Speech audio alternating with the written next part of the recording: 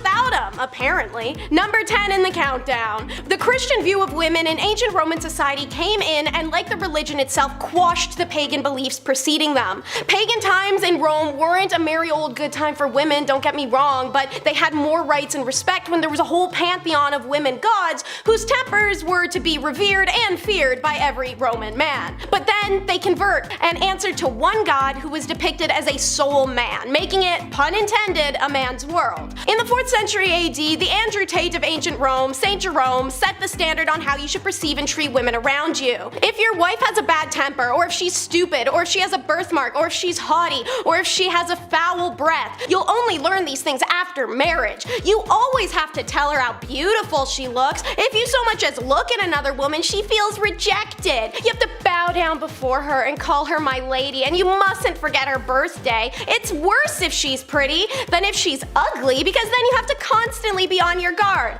Honestly, try and tell me you can't picture some old Roman bald dude in a toga, like white beard, one of those stupid teak tables, wearing the oversized podcast headphones, saying that exact tirade while like Joe Rogan is sitting across from nodding like, yeah man, yeah, that's what's up. Hey dude, kinda makes sense that you're only gonna find out about her personality after you married her, when y'all don't even know each other when you get married and you bought her at a bride auction like she's a cow for your farm. So, according to St. Jerome, it was better to be alone with God than in the company of a woman. Guess God is a woman, because he was found in bed having an affair with a married one. Oopsies, hypocrite. Do you want to learn more about hypocrisy in the past? Because there's a ton of it. Subscribe to The Hive to see our regularly released history videos. Alrighty, that was a beautiful segue into number 9, the discussion of how women in ancient Rome could be worshipped but never equal. As stated, while Roman society may have been dominated by men, their original godly pantheon was anything but. They bowed to powerful women, begging for mercy or pleasure from their female goddesses. Part of the appeal of Christianity was bowing to a woman no longer. They finally became obsolete, powerless.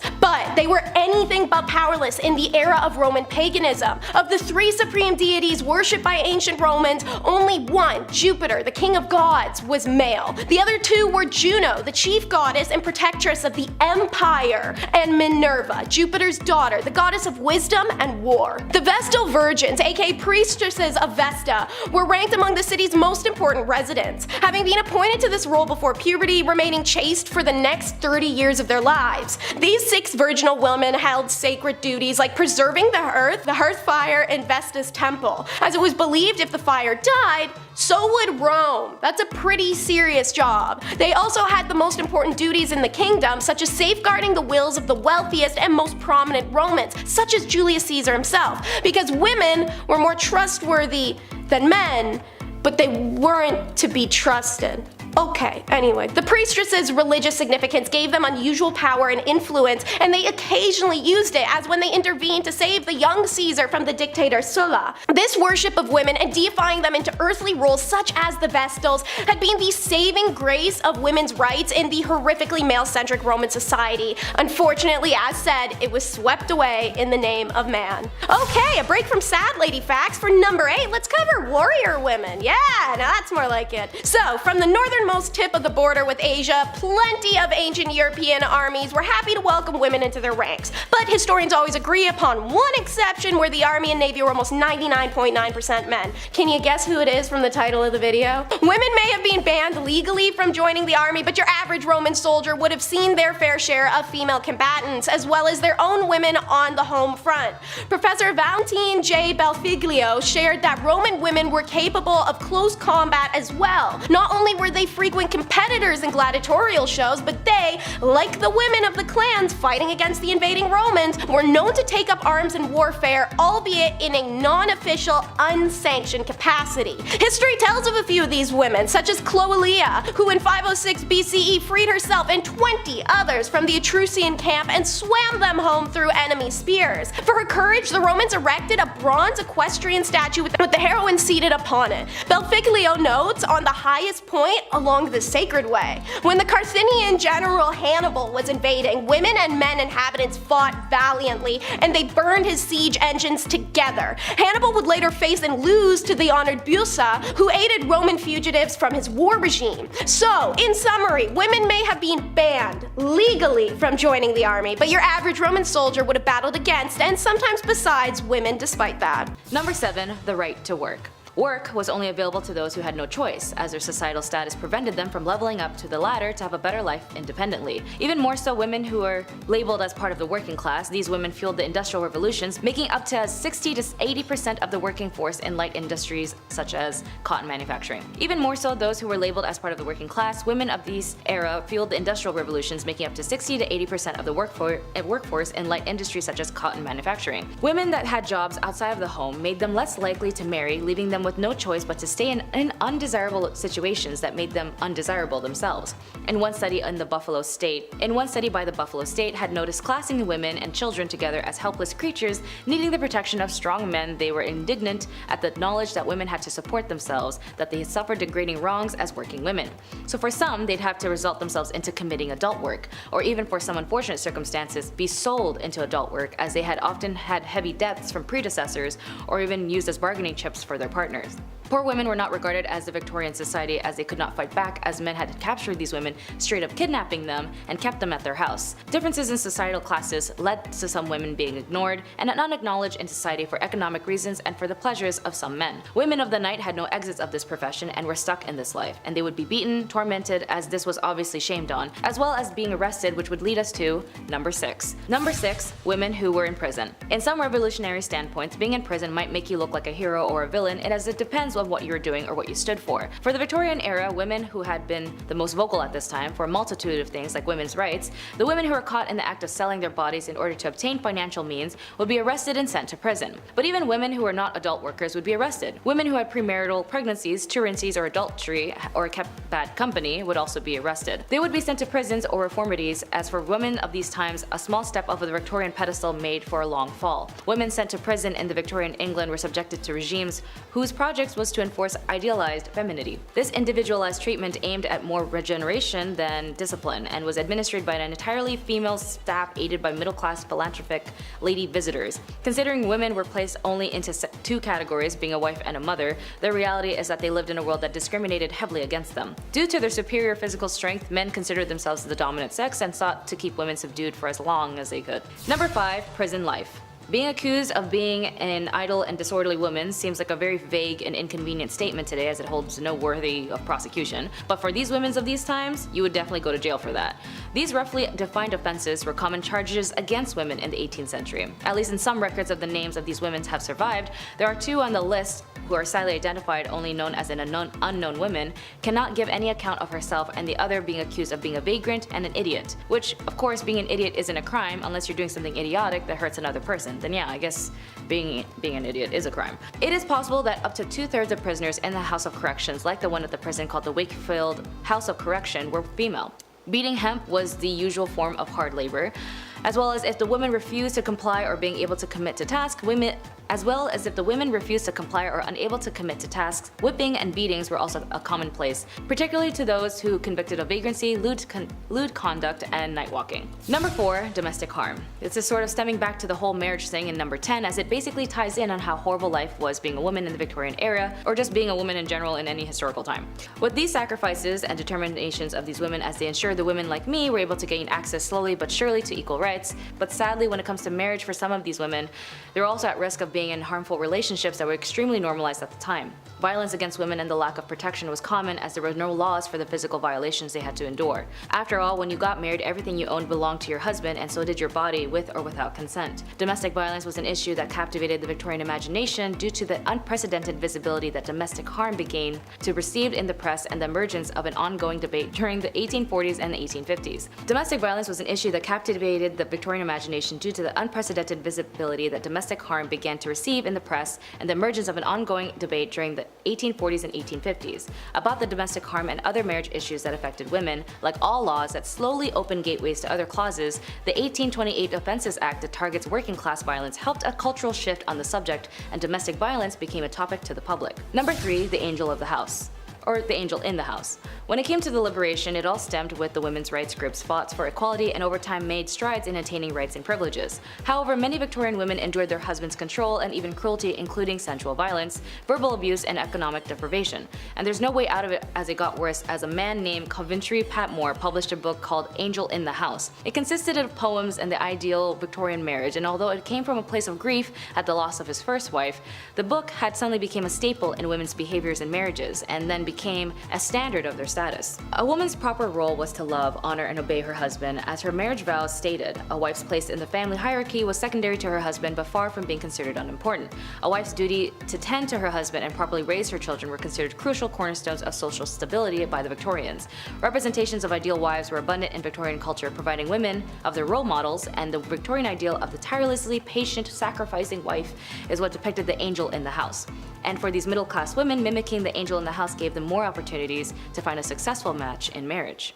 Number 2, the House General. The House General, in a term coined in 1861 by Isabella Beeton in her influential manual, Mrs. Beeton's Book of Household Management. Because for women they needed a manual on how to be a good wife, a good woman, and a good so on and so forth, here she explained that the mistress of the house is comparable to the commander of an army or the leader of an enterprise.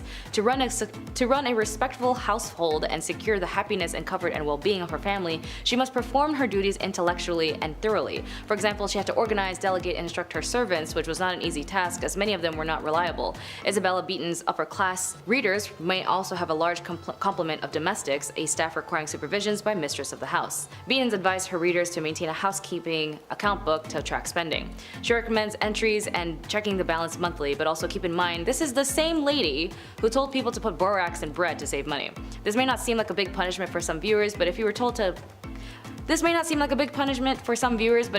that you needed a manual to how to live your life so you wouldn't be kicked out of society, that's not something that's a preference today, is it? And number 1, asylum.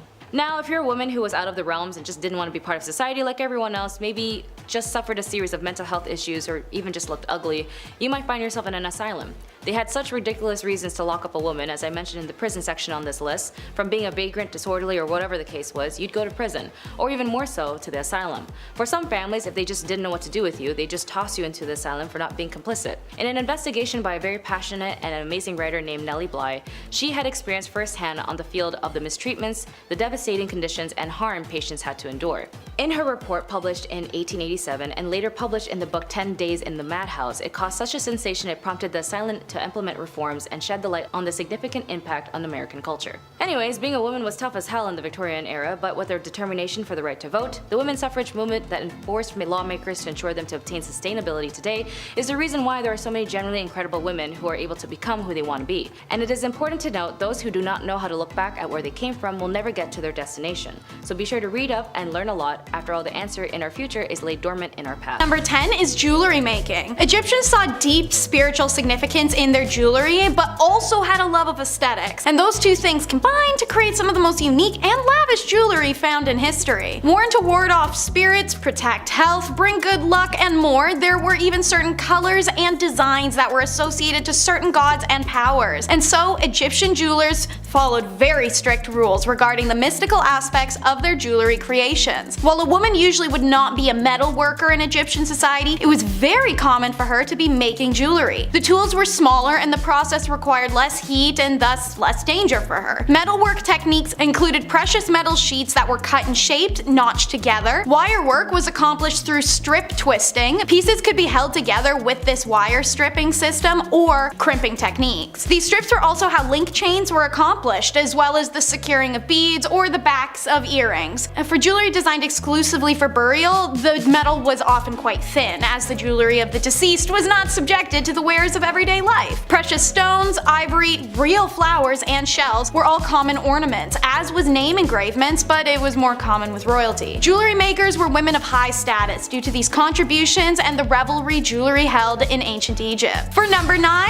it's house vendors. Recognized as an ancient heritage profession and was at its most popular during time periods of ancient Egypt where women were restricted from going out when married. These vendors would roam neighborhoods with buckets and baskets of product for sale. clothing, perfume, fabrics, snacks. Now, what was unusual is that the vendor was more often women than men, walking the streets alone, making these sales because many married women weren't allowed to go out walking the streets alone to make sales. You see the irony. Anyways, this profession found great popularity in single women, and many also were called upon to act as nurses in homes of the wealthy when needed. The career is named al-Dalala, but the idea itself has long been extinct with the freedom for Egyptian women to roam commercial districts. Number 8 is being a dancer. Ancient Egyptians loved their music and dance. They were celebratory, but also ritualistic at times. Farmers would dance to thank the gods for a good harvest. Dance groups would perform at banquets. People would go dance around the Nile in the lush season. The list goes on. Many men and women chose dance as a career, and it was a highly respected one. Dancing was considered an acceptable and normal part of life, and even important to it. Most festivals were incomplete without it. In fact, dancing was such a revered career that dancers could start as a peasant and become a high status person from it, just like being a celebrity in the way that people would go to see them perform. Women at the time were even more revered for their grace, elegance, and acrobatics. This career had 7 types of dance: gymnastic, movement, pair dancing, imitative dance, which was like acting like animals, group dances like a historic cheerleading squad, dramatic dance was female exclusive and rested in illustration, war dances, grotesque dance, and then religious chant dances at temples, and lyrical dance, which was usually a depiction of lovers. Number 7. The streets. Unusual to most, but very common to women of ye olde times. When you're a woman who's got nothing, sometimes you gotta give something. That something just so happens to be what's hiding in your pants. It's a profession that's as old as time, and it will not be going anywhere anytime soon. Women work the streets. I don't think that's anything to be ashamed of. Number 6. Joan of Arc. It doesn't get more unusual than the savior of France. England and France were having a go at it, if you will, which, if you know history, was like round 12 of 100. Anyway, it wasn't going too well for France. It was going rather poor, actually. The same kind of poor I got on my report cards under the paying attention section. Oops. Then there was Joan, really a nobody, when one day she heard the voice from a higher power that she was to drive the English out of France. Naturally, the people around her, especially the men, scoffed at the thought of a young woman being the hero they needed. But given that they had nothing to lose, suited her up and sent her out. Plot twist, she did very well, like crazy good. The Battle of Orleans proving her grit. The English were so confused and disgruntled by a young peasant girl defeating their armies, they thought it was only proof of one thing, that she wasn't a sign of God, but rather a sign of the devil. How dare a woman beat us in that's man stuff, you can't do that. Number 5. Queen. It is unusual. Most people didn't get to be royal. I mean, think about it, seriously.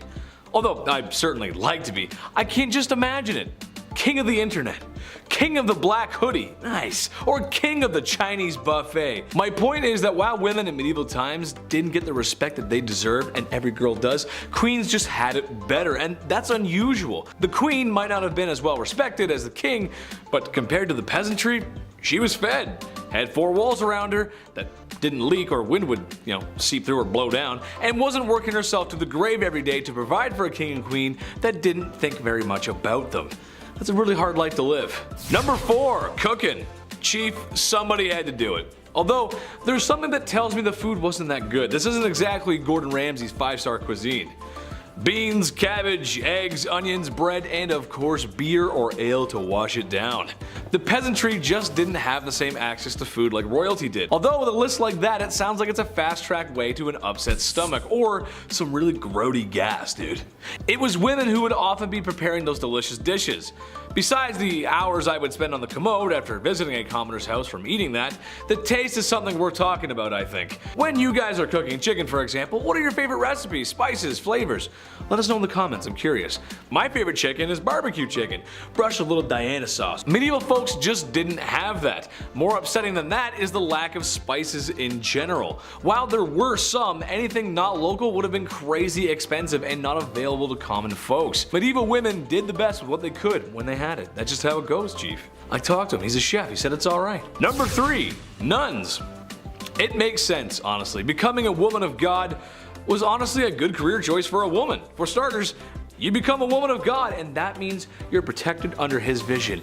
Thank you, Jeebus. And people need that back then, seriously. Secondly, it would also give you a place to live. Some nuns stayed in one town and others traveled where needed, staying in monasteries and convents where it was possible, and probably more comfortable than living in the mud and stone huts that the serf women were living in.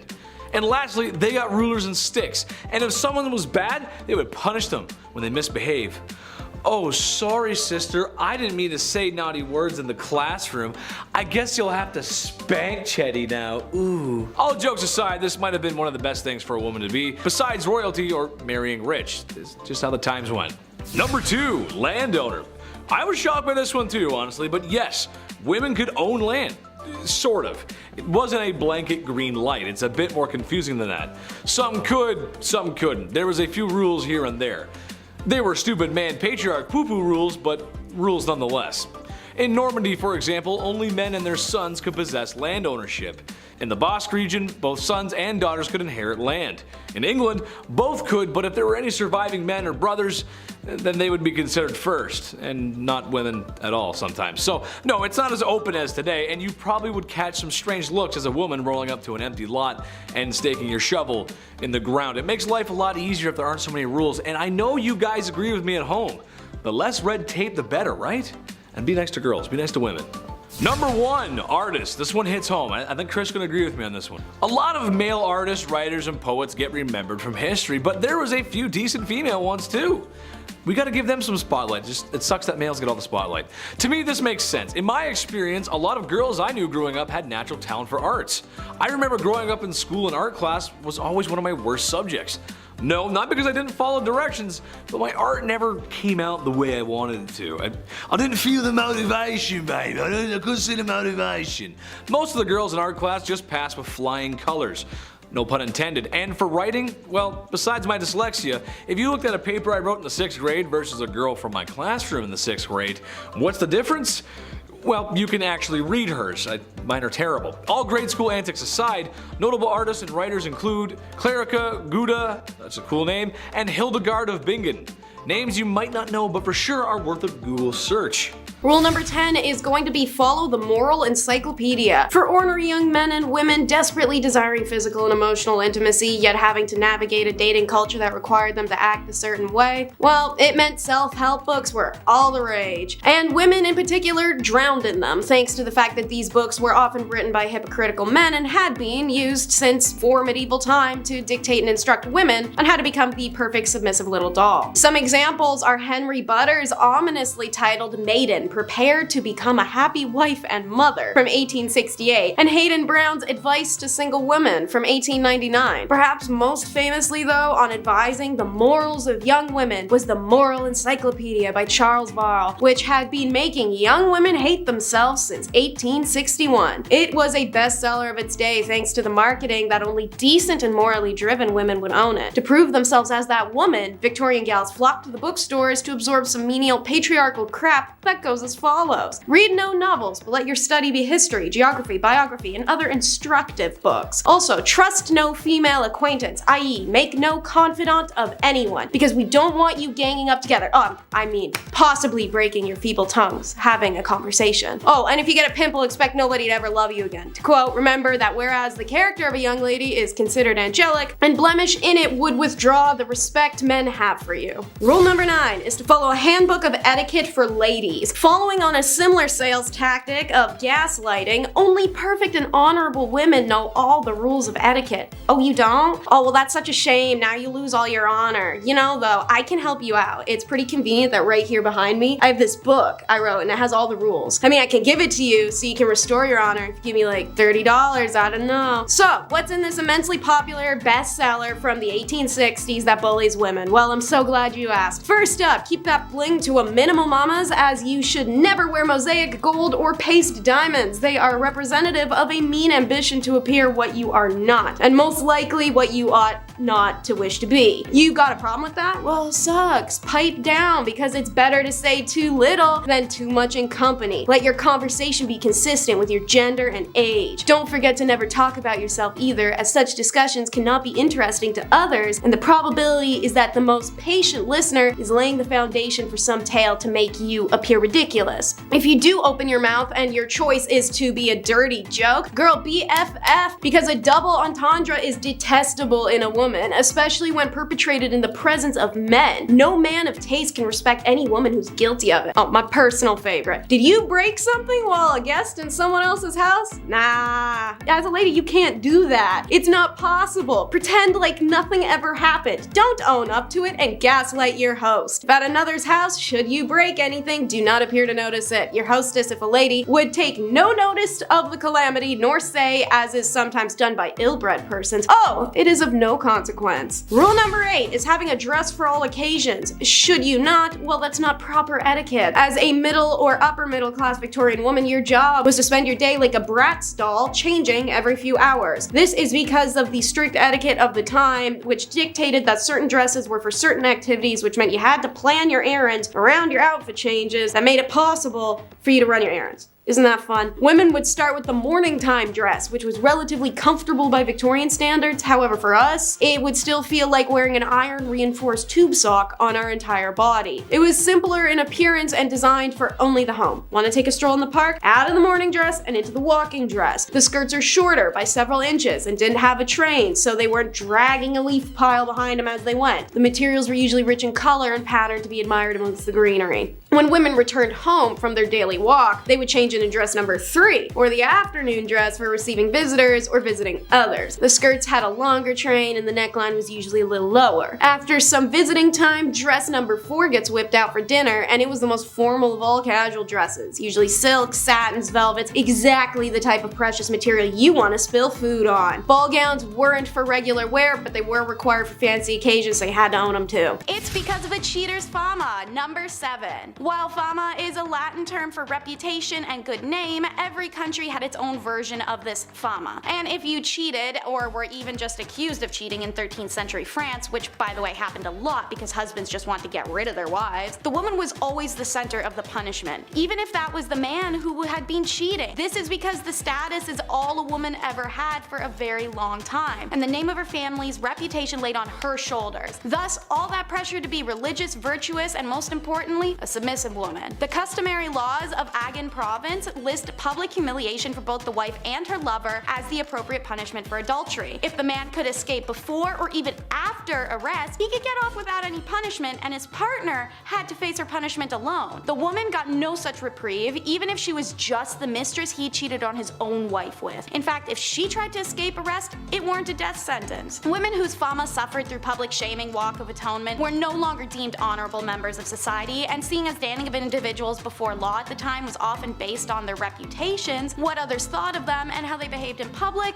she'd be left, as I said, homeless, familyless, and dejected. For my Game of Thrones people, think Cersei. Number 6 is no protection. Get your mind out of the gutter. That's not what I'm talking about. I mean, there's no protection from capital punishment. While civil laws were easier to work around by just getting married alone, you can borrow money or property, you can buy things that you couldn't before and sign contracts, the criminal law didn't bend to a married woman, as she faced the same penalties as an unmarried one. Now, there are technically one exception: pregnancy, but only because it could potentially be a boy, which is insane. Additionally, all women were exempt from certain torts, such as the breaking wheel. But man, when a woman got capital punishment, it was the one and only form, and it was the most brutal and painful one: burning at the stake. By the way, they claim this was the only and the necessary option of execution for a woman, as it's a preservation of female modesty. Apparently, other forms of execution were unbecoming of a woman. Although there may be some truth to this wild justification, modern historians have rounded it down to just misogyny, as well as a deep-rooted suspicion and dislike of women as the root of this execution decision. Essentially, when given the opportunity to punish a woman, men went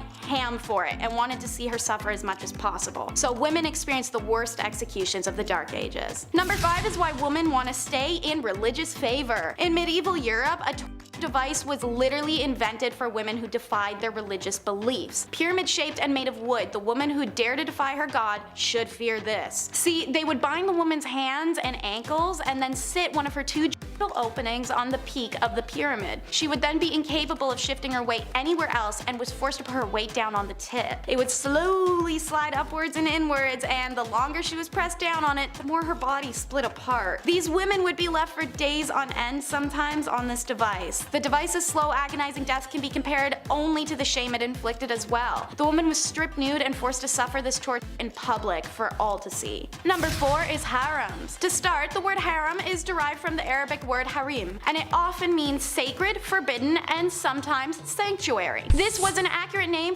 as only women's household members and some related male members were allowed to enter a harem, which was an honored women's space. The harem was the ultimate symbol of a sultan's power. His ownership of women, mostly slaves, was a sign of wealth, power, and sexual prowess. The seclusion from public gaze also inflated this power more so. But a royal harem could be a place of filth and stink where chaos and emotions ran high. This was the price of being property, used by the emperors and his sons. You could either be favored or so hated that one day you vanish and rumors of your exile whirl amongst your peers. These ladies usually did not have the liberty to move out of the harem as they liked, but inside the harem they could move around as they pleased. There was no sisterhood in them either. Socializing amongst themselves was usually not friendly, and jealousies were shown directly. Makes sense, as status and position of authority in the harem were determined by the place that they had in the emperor's favor, and to give the king his first male child was a great competition in this regard, resulted in unpleasantness through the royal harem. Everyone tried their best to please the emperor and turned her bad qualities like jealousy, aggression, or short-tempered attitude onto other women. Seeing as many of these women were stolen from outside the empire, let alone inside, frustration with language barrier and culture clash was also a huge source of contempt. Sometimes the women would lie to the sultan to have others disposed of, or they'd simply gang up on one another. Regardless, harems were places of drama, inequality, and a race to be favored as a ticket out of sexual servitude. Hidden sexuality is number 3. There were plenty of mainstream laws in medieval and Middle Europe against male homosexuality, and while it wasn't considered as serious, lesbianism still posed a threat to the ideals of a male-centric societal order. A law written in 1260 France stated that women caught engaging in homosexuality shall undergo mutilation on her first and second offense, and on her third she must be burned. This is one of the only laws to specify consequences for lesbianism, but the 13th century and Christian perspective of sex radicalized further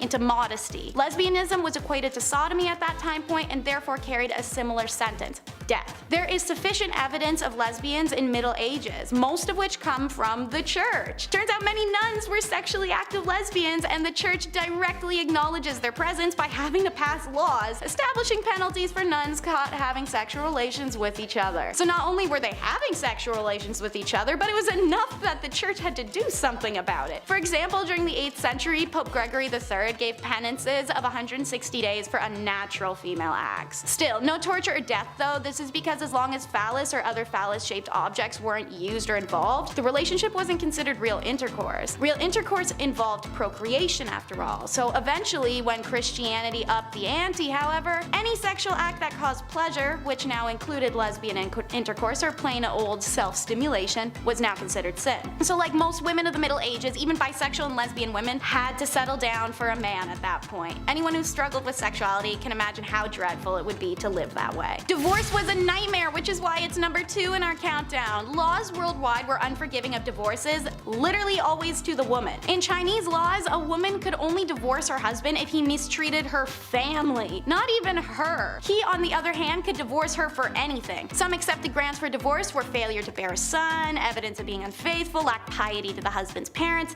theft, suffering a virulent or infectious disease, jealousy, and talking too much. A pretty superficial list, but in Chinese society, divorce was a serious action with social repercussions for both parties, so consequently divorces were not as common as they may sound. She could not be divorced if she had no family to return to, or if she had gone through the 3-year mourning period for her husband's dead parents. And speaking of family, during the Han Dynasty, unmarried women brought a special tax on their family, and women with babies were given a 3-year exemption from the tax, and their husbands a 1 year. So there was a huge push to get married. Meanwhile, in medieval England, their similarities are stark. They too had a small number of divorces despite an expansive list of reasons to do so, such as there was a discovered blood relation between the individuals, or impotence, or fear used to obtain consent, marriages entered into under false pretenses, things like that. In many of these cases, the lack of sufficient evidence made them difficult to prove and thus deterred people from taking their cases to court. And number 1 is the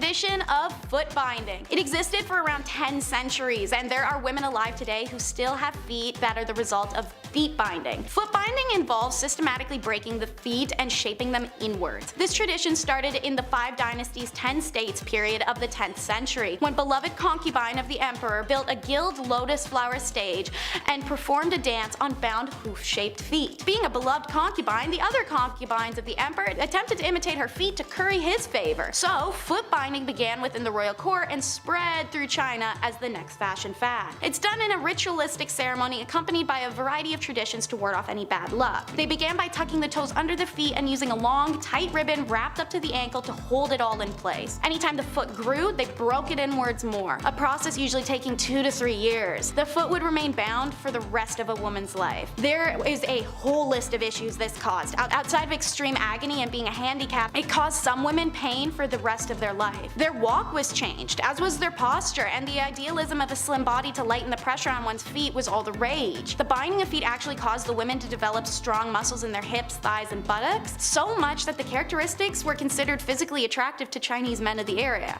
aka the girlies were thick. When colonization came to China, Western women boycotted foot binding, going as far as to catch women with bound feet and cut off their bindings. A humiliation because these women would never ever show their bare feet to anyone, let alone even husbands. And many of these women lost their husbands when the Western boycott worked. A lot of girls who had had their feet bound in order to become marriageable suddenly found themselves abandoned by their husbands because foot binding was no longer fashion. Number 10. Clara and Katerina Mororova. Clara was actually a very loving and acceptable mother to her 2 sons, Andrzej and Jacob, where they would take trips and summer camps and she would play with her sons all the time. It wasn't until a new child entered their home by the name of Annika, and Clara and her sister Katerina were part of a cult named the Grail Movement. When Annika came into the picture, it was under the support of Katerina and Clara's sister, where she was told by Katerina that Annika was a 13-year-old who escaped from a trafficking gang that had physically harmed her. Annika was also apparently very sick and suffered many illnesses, which gained Clara's sympathy. Clara wanted to adopt Annika after bonding with her so quickly, and even had a mystery doctor tell her how to take care of Annika. This same doctor told Clara that her sons were a problem and needed to be cured from their evil spirits. It was then Clara would do an equivalent amount of violating and harmful things to her biological sons, like shock therapy, making them eat their own flesh,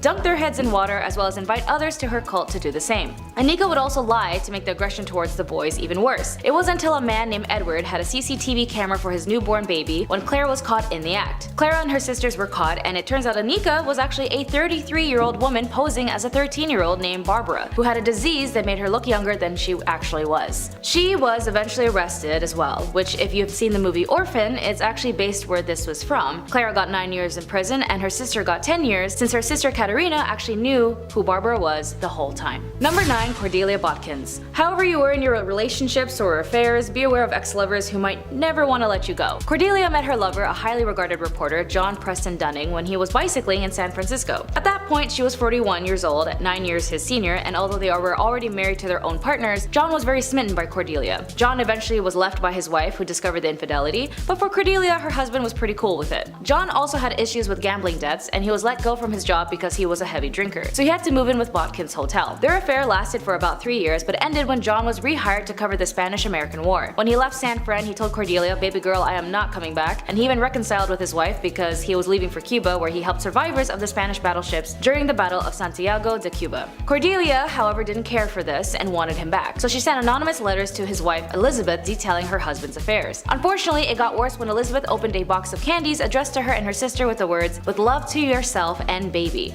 passionately and fond of candy." Elizabeth and her older sister died from arsenic poisoning, and their father was able to decipher their handwriting from the previous letters to Cordelia, and Cordelia went to life imprisonment. Number 8. Mary Sue Hubbard. It was always in the 1950s where a lot of crap happened that led us to the chaos we know today. And for Mary Sue Hubbard, she is also known as the wife of the founder of Church of Scientology, Ron Hubbard. She was sentenced in the federal court in the 1980s to 4 years in prison for her role in the conspiracy to plant church spies in government agencies, steal government documents, and bug at least one government meeting. She told US District Judge Norma Holloway Johnson that she sincerely and publicly apologized for her actions. Johnson ordered Hubbard, who had been freed pending appeal for her 1979 conviction in the case, to turn herself into the federal officials in 3 weeks, during the time in 3 weeks to begin serving her sentence. Hubbard, who lived in Los Angeles at the time, was the last of 11 church leaders who were indicted in the conspiracy in August 1978 to go to prison. The indictments came after the FBI raided the church headquarters back then in Los Angeles in 1977, and the raids were said to be the largest ever conducted by the FBI at the time. Documents introduced in courts by prosecutors in 1979 contended the operatives of the church initiated numerous break-ins at government official offices, including the Justice Departments, and they secretly placed a listening device in the Internal Revenue Service's conference room, and all in a apparent effort to combat what the church alleged government harassment. Judge Johnston commented that she didn't know whether the government had harassed the church, but she quotes, "Even if I assumed there was harassment, I still can't accept what you did as excusable." Wig makers are number 7. Egyptians loved wigs for a reason that surprises many. It helped keep their heads cool. I mean, it also helped with hygiene and scalp pests and looking pretty, but the heat thing is what really gets folks. Many Egyptians had shaved or cropped hair, and the mesh-like base of a wig versus a headscarf allowed the body heat to still escape. And as said, wigs were also a great shield from lice or other invasive bugs. The hair used in the construction of wigs and hair extensions was always human and was either an individual's own hair or had been traded or bought. Hair itself was a valuable commodity ranked alongside gold and incense in a count list from the town of Kahun, which puts emphasis on the popularity of wigs. When hair was collected for a wig, it was thoroughly combed and then sorted into lengths individually. The Egyptians invented a variety of hairdressing tools, and the wig makers would take the time to braid or coil the hair depending on the wig style, coating each with warm beeswax and resin fixative so that it would harden when cooled. The job itself isn't unusual, more so the booming industry it had. Wigs weren't worn to this extent anywhere else at the time, and while yes they were functional against the sun, they were more so aesthetic than anything. Individual braid and extensions could also be attached to someone's scalp for aesthetics, the way that box braids, twists, faux locks, and many other ethnic hairstyles are accomplished today. Wigs were made in a type of factory setting. Archaeologists have uncovered the remains of wig factories, wig boxes have been found in tombs, and multiple mummies have been found with wigs or braided in extensions. Number 6, we meet our ladies of the night. Unlike most ancient and even modern civilizations, selling intercourse is illegal or was highly governed. In ancient Egypt, this wasn't even close to the case, but rather the opposite in a peculiar way. Women who worked in the sexual industries were considered divine and respectable, as their career was considered to please the gods. They earned high status and lived in luxury. Working freely and openly, these ladies adorned themselves with red lipstick and eye makeup that differentiated themselves from other women. They were also tattooed, diamond-shaped dots along the thighs and on the fingers, or images of the god Bes. When the French invaded, they brought STIs, and they spread rapidly through the brothels, and this prompted the French authorities to introduce a law forbidding French troops from entering the brothels or having these ladies in their rooms. Guess those ladies were hard to resist, because anyone who offended the law received death penalty. Number 5 are the wet nurses. Wet nurses are found in all statuses and were for all statuses. One common denominator though is that the career kinda really sucked. Pun intended. So, first, their social status was always determined by the status of who they were breastfeeding. Royal family? Congrats on your special privileges, statues, private quarters, and your own tomb in the family pyramid. Also, her family would receive special perks as an extension of her. Now, royal families only wanted high status wet nurses, and while it's not clear how they were chosen, evidence suggests some kind of blood tie or faint familiar relation. Most wet nurses were from marginalized families in lower socioeconomic statuses and worked under conditions and pre-definitive wages. Wet nurse requirements for any status were intense. She'd have to have given birth at least twice, have a large but healthy body due to the belief that large bodies were more nourishing. Despite that, her breasts should be medium. Too small, not enough food. Too big, the baby's spoiled. In addition to all of these prerequisites, the wet nurse should be sweet-tempered, affectionate, and responsive to her charge. She should also abstain from intercourse because it could reduce her affection towards a child, and they also said no alcohol. A good call, knowing what we know now. Wet nurses were women exploited for the products of their bodies. As slaves, they were coerced for their milk. As lower social status women, they were employed for their bodies to enhance their inadequate domestic status. Even her own household suffered physically and monetarily if a wet nurse defaulted or failed a contract. On the same page, surrogates are number 4. This is a widespread practice in Egypt. The first story of surrogacy, found in Genesis 16 of the Bible, was the story of infertile Sarah having Egyptian Hagar carry her child for her and her husband Abraham. Even Ancient Egyptian pharaohs had used concubines to produce heirs. They often married their sisters or aunts, and children born of these marriages were most of the time not in great or functional health and wouldn't survive. Any child born of a concubine for a pharaoh was accepted as his lawful offspring. Now, they were quite limited in their rights, and they could only inherit the throne in case of the absence of another more entitled heir. Surrogates experienced similar contracts and status leveling as wet nurses. They were desired to be mothers already, have a bigger, healthier body, and naturally beauty was a desired element as well. Women of low status who made a career of surrogacy often died in childbirth or from hemorrhages due to the repetitive birthing process, but for some, it was the only career they could have. Priestess is number 3, and so while it was a male-dominated field, many women were employed as a priestess or a high priestess at the temples around Egypt. Mostly from upper status, many were married to the priests, which they owed their position in society. Despite this, they played roles in the temple rituals, such as servicing goddesses Hathor, Neith, and Pakhet, or working as dancers, musicians, singers, and acrobats in the temple. The most important priestess was known as the god's wife Amun. This woman was usually the daughter of the pharaoh or sometimes his wife. She usually held a very high position in court and performed important rituals to honor the god Amun. The priestess was in charge of managing the gods' affairs, attending to ritual dances and performances, shaking their rattles and rattling their necklaces, which were long and heavily beaded objects. By the beginning of the New Kingdom in 1550, the title Chantress of Amun was used, and it was usually the wives of the priests who gained these elevated positions as well. The concept of a woman as a priest was unheard of in many kingdoms. A high priestess and the reverence and traditions of female gods being led by women were unusual to outsiders of Egypt, who oftentimes restricted most priestly activities to just men. Number 2 is professional mourners. Okay, so here's a weird one. Professional or paid mourning is an occupation not only found in Egypt, but in China, the Mediterranean, and Eastern Europe. This practice is literally paying a stranger to attend a funeral to lament, deliver a eulogy, help comfort the family, entertain, or lay on the ground wailing. There's some range here, depends on what kind of funeral you want to have. These paid mourners made ostentatious displays, messy hair and smudged makeup, wailing, pounding on the ground or their chests, throwing themselves about as they smeared dirt and sand all over their body while they screamed. It's a full spectacle. Now, another depiction of the paid mourners in Egypt is a little more chill. 2 women impersonating the goddesses Isis and Nephthys. They were believed to play a special role in someone's death. Most inscriptions of a funeral where they are present as paid mourners, they are on each side of the corpse and their bodies are fully shaved. These women also had to be childless and have a tattoo of either Isis or Nephthys' name on their shoulder. Most evidence of professional mourning is seen in pyramids and tomb inscriptions, such as women holding their bodies dramatically in sorrow, braced over a casket with tears flowing. If you were a theater kid, this was definitely the type of job for you. And number 1, it's the female physician. Egypt is a difficult one with historians. There's been a lot of largely ignored discoveries due to the opinions of those who found them. The evidence of women in ancient Egyptian medical fields is part of that because, as it turns out, their physicians were actually primarily women. Evidence shows women in the medical profession going back into early dynastic period Egypt when Merit Ptah was the royal court's chief physician in 2700 BCE. She was the first female doctor known in world history, but there is another unnamed female physician who is listed to be the head of the Temple Neith Medical School in 3000 BCE, so maybe not. But either way, the first female doctor was in ancient Egypt. Women were highly respected throughout Egypt's history, and many of their goddesses represented facets of health. Neith has been associated with the invention of birth, and Hathor represents fertility. 4 deities associated with healing are Heka, Sekhmet, Serket, and Nefertum, which are all female. So, bizarre claims you may have heard that no women are involved in Egyptian medicine don't accord with the values of their civilization, which were incredibly equitable. By this reasoning, there were no women involved in anything of note anywhere in the world until the modern era, because history books make no mention of their contributions. But it's all up to say. Number 10, farming.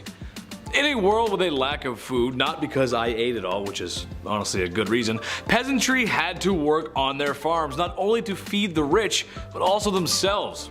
So if the men in your household are ill or sick, then that means it's Rivet Rosie time, or Farming Fran time, whatever you want to call it.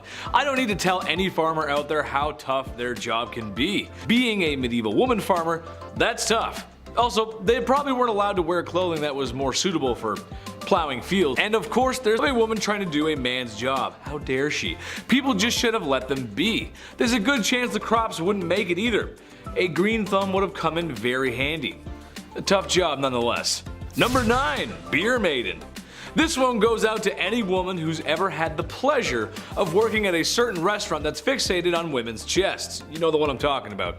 Or any woman who had the absolute pleasure of working at a golf course clubhouse. Keep your mitts to yourself, you filthy animals.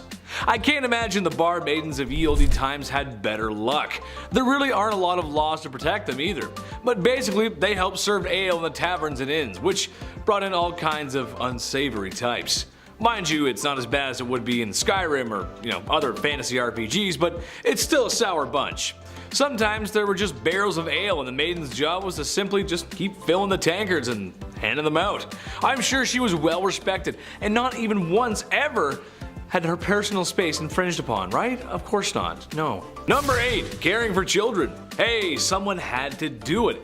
A woman's job is never done. At least that's what my mom, my aunt, my grandma, and pretty much every woman I've ever known has always said. Okay, sure, I was a little bit of a handful. I was loud and energetic and I loved to talk. Teachers always said I was a distraction in class.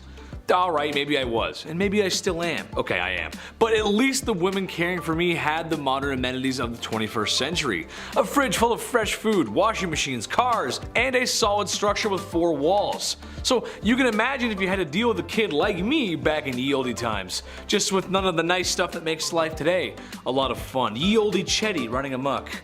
Oh mother, mother! The name game! It's number 7 in the countdown. Women, like a lazy boy chair, an ice maker, or owning a cat, were possessions in ancient Rome. And so, like the college roommate who complained if you moved their toaster 2 inches to the left, they put their name on it. Not in a label maker fashion, more so in a recycle fashion. From the moment of their birth, women were viewed under male authority. Therefore, the name of a baby girl would be close to her father's. For example, Claudius may have a daughter named Claudia. Augustus becomes Augusta. Constantine, Constantina. Okay, so maybe the rule was just whatever the last letter was, swap it to an A. Ironically, this is why a lot of women's names end with an sound. Talk about making historical waves, seeing as our society still inherently perceives names with that ending as sounding feminine. As the empire grew older, women in the ancient Rome were granted more freedom, often by sheer number of children they bore. 3 children could allow a woman to become independent. Independence meant no more naming your kids after their dad, which isn't fair anyways because I'm sorry, but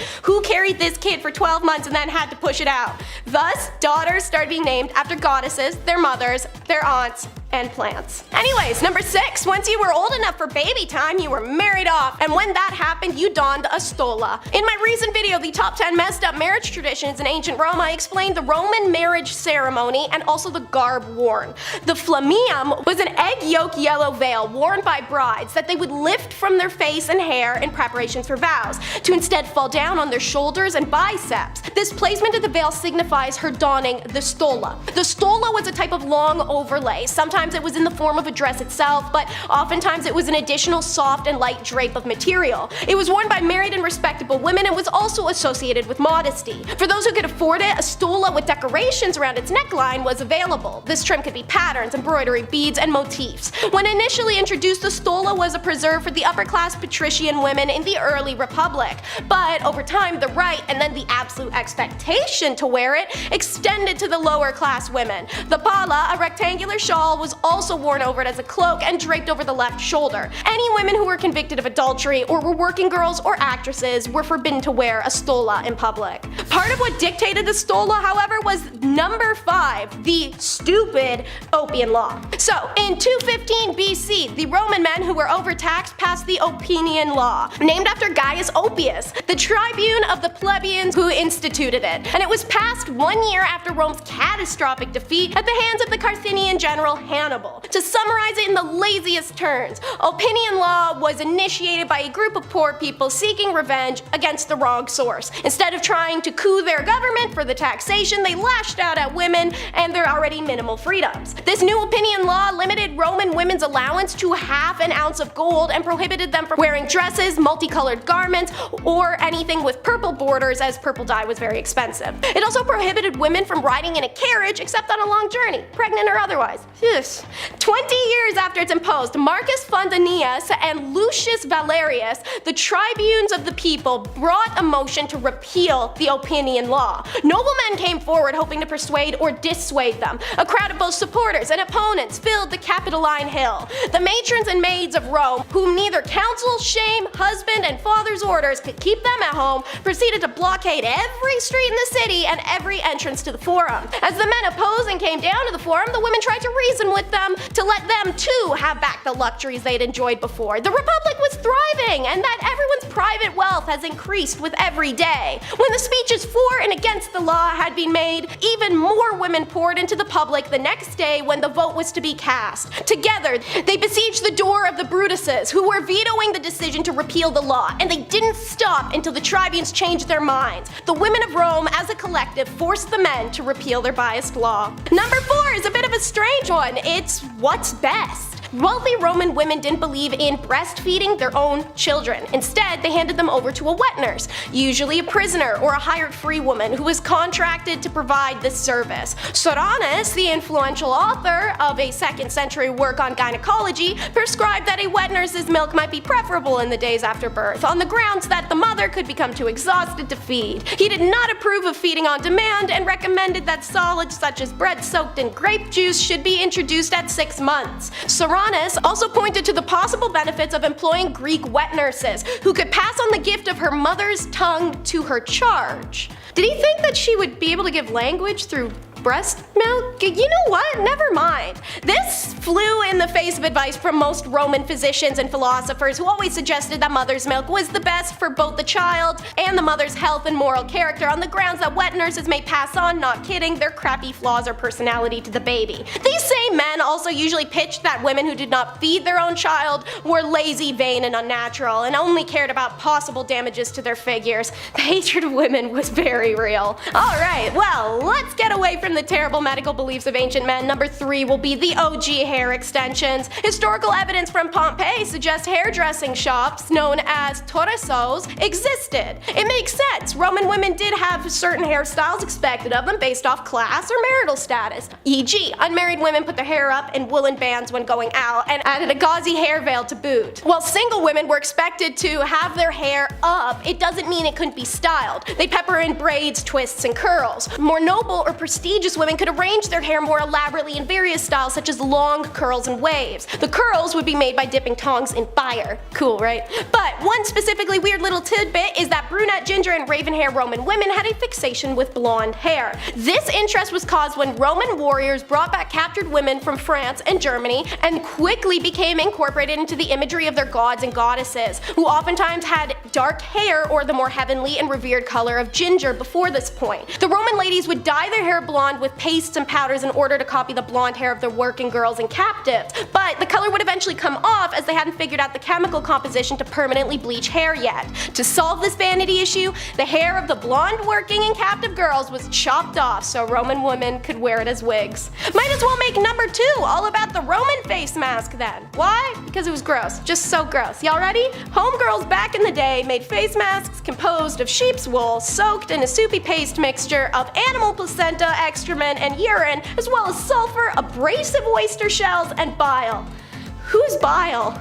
God, okay. And this is before you'd whiten your skin, another trend started by the arrival of the pale French and German captive girls. They did this with lead, dung, and whatever marl is. Want to reduce wrinkles? Get out of Canada, or anywhere under the crown, because the Roman women would kill swans, which is a crime under British rule, and use their fat. This was all part of Mundus Muliebris, which translated it means women's world, a reference to women's fineries in the ancient Roman world. This would include face and skin care, but also dresses, jewelry, hair care, all described in Latin literature by the famed Cicero, who noted it alongside Mundi Omatum, aka the ordered beauty of the world, and Cale Omatus, celestial adornment. See, there's some non-deprecating writing on Roman ladies. Good job making it over to the very low bar there, Cicero. Seneca, not so much. The depressing dude was quick to blasphemize makeup and say it led to the decline of Rome. And of course, for number 1, we will visit Sappho on Lesbos Island. The Greek poet Sappho, who lived from 6 630 to 570 BCE lived on the island of Lesbos, just off the west coast of what is now Turkey, and composed poems that live on in infamy to this day, as she speaks very openly about her homoerotic attraction and even implied intercourse amongst women.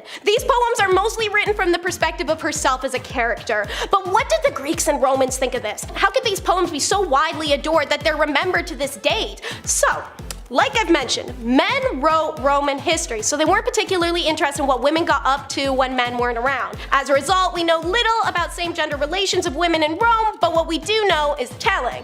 The Greeks and the Romans as a society, of course, recognize that some people are more interested in one gender over another, but the general consensus was not to assume this preference was a fixed aspect of a person's identity. Instead of thinking about gendered attraction in terms of genders a person was attracted to, the Greeks and Romans cared about the role a person took during the act of intercourse with an individual. For some Romans, a same-gender relationship between women was the most confusing thing imaginable, as well as a little bit disturbing. They had trouble comprehending the possibilities of the relationship given that neither of those involved a man and could naturally take the male role. Layman's terms, these empires believed the act of intercourse was a free adult man proving his masculinity by dominating the territory of an inferior person. If there was no man involved, then there was no real intercourse happening. Therefore, women having relations, let alone extramarital affairs with one another, wasn't something men needed to worry about.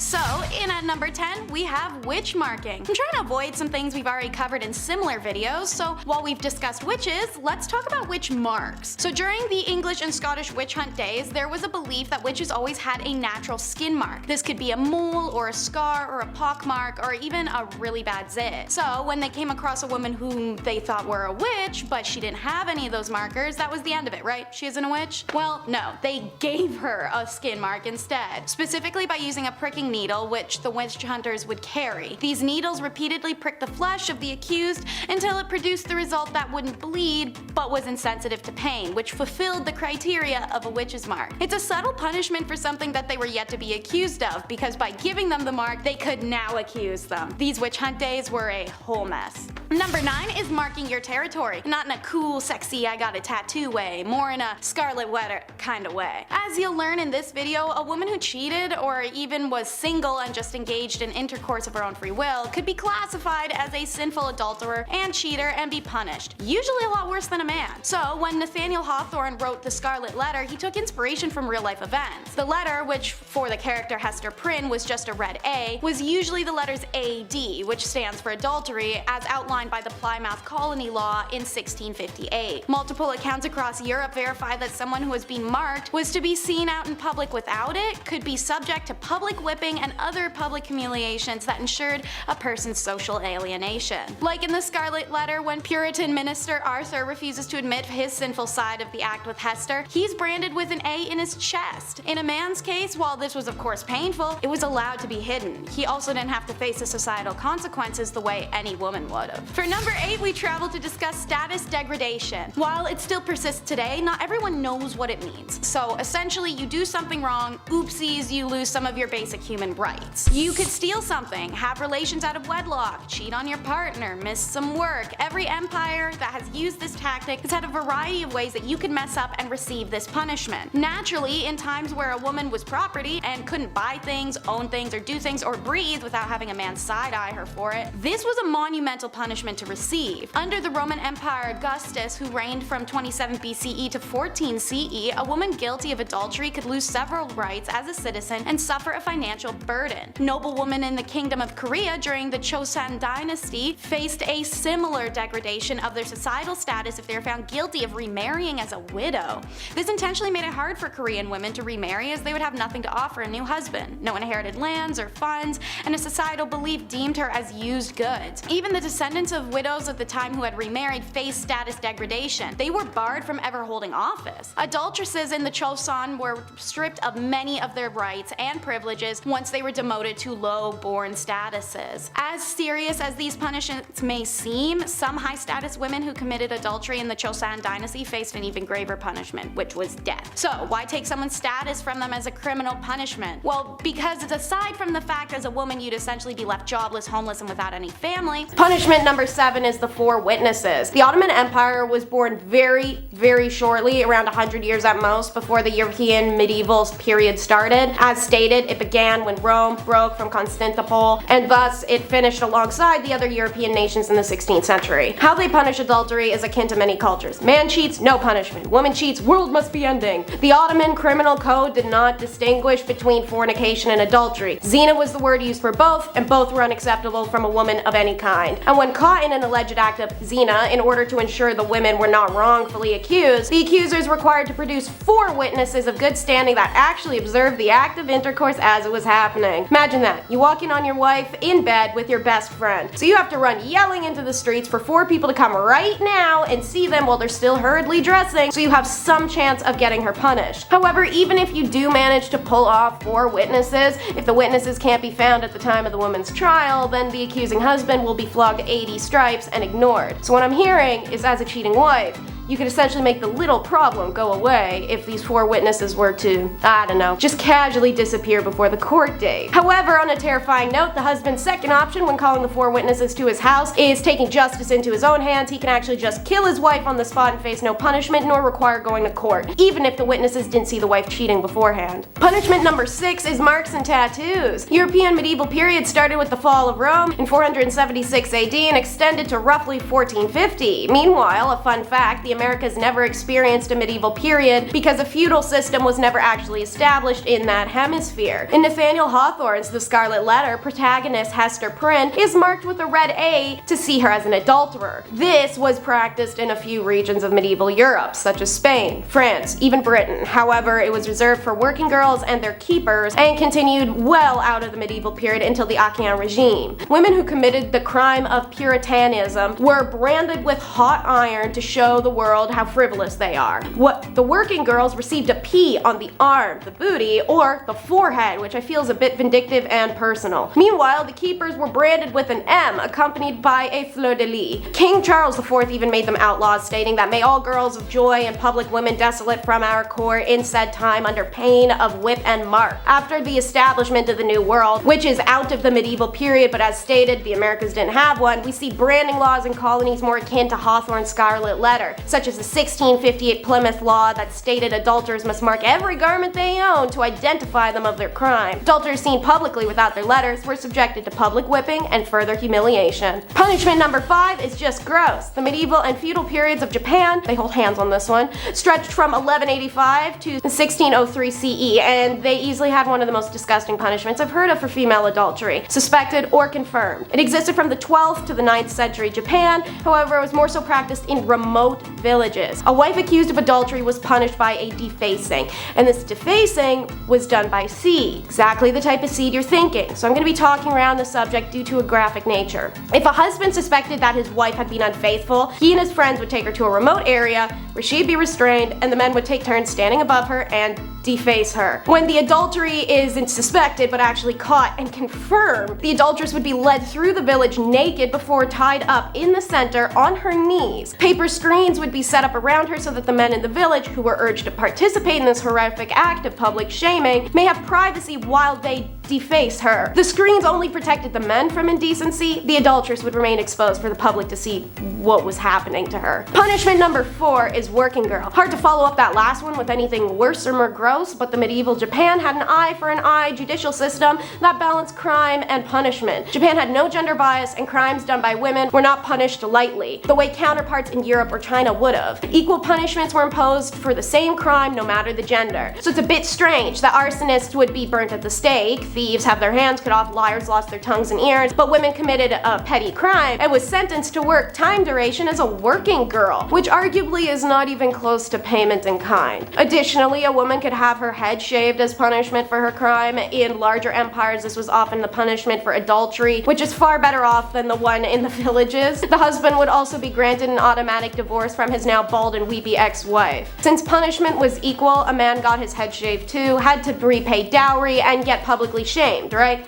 No, and his wife wasn't allowed to leave him for it either. Punishment number 3 is scaphism. Back in the medieval Persia, this punishment was death by being eaten alive. It had taken place in a swamp or somewhere where the boats, which would be 2 canoe-like boats or 1 hollowed out tree, could lie exposed to the sun. The victim would be tied inside the space with their head, hands, and feet exposed if possible, at which point the victim is force-fed honey and milk. This is a messy process. It'll splatter and spill everywhere. However, whatever the victim does swallow inevitably becomes diarrhea. The idea was that this would attract every insect, vermin, and wild animal in the area. Very soon afterwards, flies and rats, for instance, would show up and start attacking the victim, eating the mixture of milk and honey, but also eating the person alive in the process. Once the diarrhea kicks in, it attracts other animals, especially the rats, who will begin feasting on you as well and sometimes enter you. Death usually came from septic shock or gangrene because the victim would be force-fed this honey and milk every day until they died, meaning dehydration was no issue. Religious fallacy, coup attempts, and adultery were all punished in this horrific manner, and many women suffered this end. Punishment number 2 is wooden horse. This device was used in Europe and Japan in the 14th to 18th centuries, making it predominant in medieval Europe. Initially, the horse was used on women accused of heresy and witchcraft. The Spanish particularly loved this crude device and they invented it. Sometimes they even styled it to look like a horse. Its back was a triangular wedge women were forced to sit on as weights around their ankles dragged them and their rear and hoo-ha area down on the sharpened wedge. It was covered in part 1 of this video. In Japan, however, they added another particularly horrific element that was not meant to just cause some external tears and pelvic fractures the way the Europeans did, rather cause mass hemorrhaging and death. The concept is the same, wooden horse with a wedge that you'd be forced to straddle while your legs are pulled down. However, the Japanese added an appendage-like structure on the horse's back, which the woman was forced to sit on. The appendage was studded with iron nails and could be rotated via a hand crank from beneath. Naturally, this would cause almost immediate heavy bleeding and internal damage before the crank was even turned. Many would die miserably and quickly, whereas the ones who somehow survived often only did with paralysis. This form of punishment was served on basic offenses, such as adultery or unpleasing her husband. Punishment number 1 is the chest tax. Imagine taxing someone for what's on their chest. Now imagine taxing someone for what's on their chest and for them trying to cover it. Over in India, this was a reality imposed by the king of the erstwhile state of Travancore, one of the 550 princely states that existed in British-ruled India. The chest tax was imposed on lower-class women if they covered their chest in public, and it was to discourage them from doing so. The purpose of this tax was to maintain caste structure, said Dr. Shiva KM, an associate professor of gender ecology. Social customs on clothing were tailored to a person's caste status, which meant that they could be identified by merely how they dressed. The village legend of Nangali is about a woman who supposedly cut off her girls in an effort to protest against the caste-based chest tax. Nangali belonged to the Abhava caste. Her community was required to pay the tax alongside many other lower castes, but villagers say she decided to protest by covering her chest without paying the chest tax. When the tax inspector heard she was refusing to pay the tax, he went to her house to ask her to stop breaking the law. She still refused and instead cut her girls off her chest in protest instead and presented them to the tax collector in a plantain leaf. According to the local villagers, Nangali died of excessive blood loss while her distraught husband took his life by jumping on her funeral pyre. Her act was selfless and a sacrifice that benefited all the women of Travancore and ultimately forced the king to roll back the chest tax. The chest tax caught wider attention in 2016 when BBC reported Divya Arya reported on a series of paintings by artist Murali T, a far distant relative on the legend of Nangali. He was so moved by the story and the absence of any visual documentation, he decided to paint a likeness of the act she brought upon herself. I did not want it to depict it as a bloody event. Instead, my aim was to glorify her act as an inspiration to humanity, a representation of what would command respect.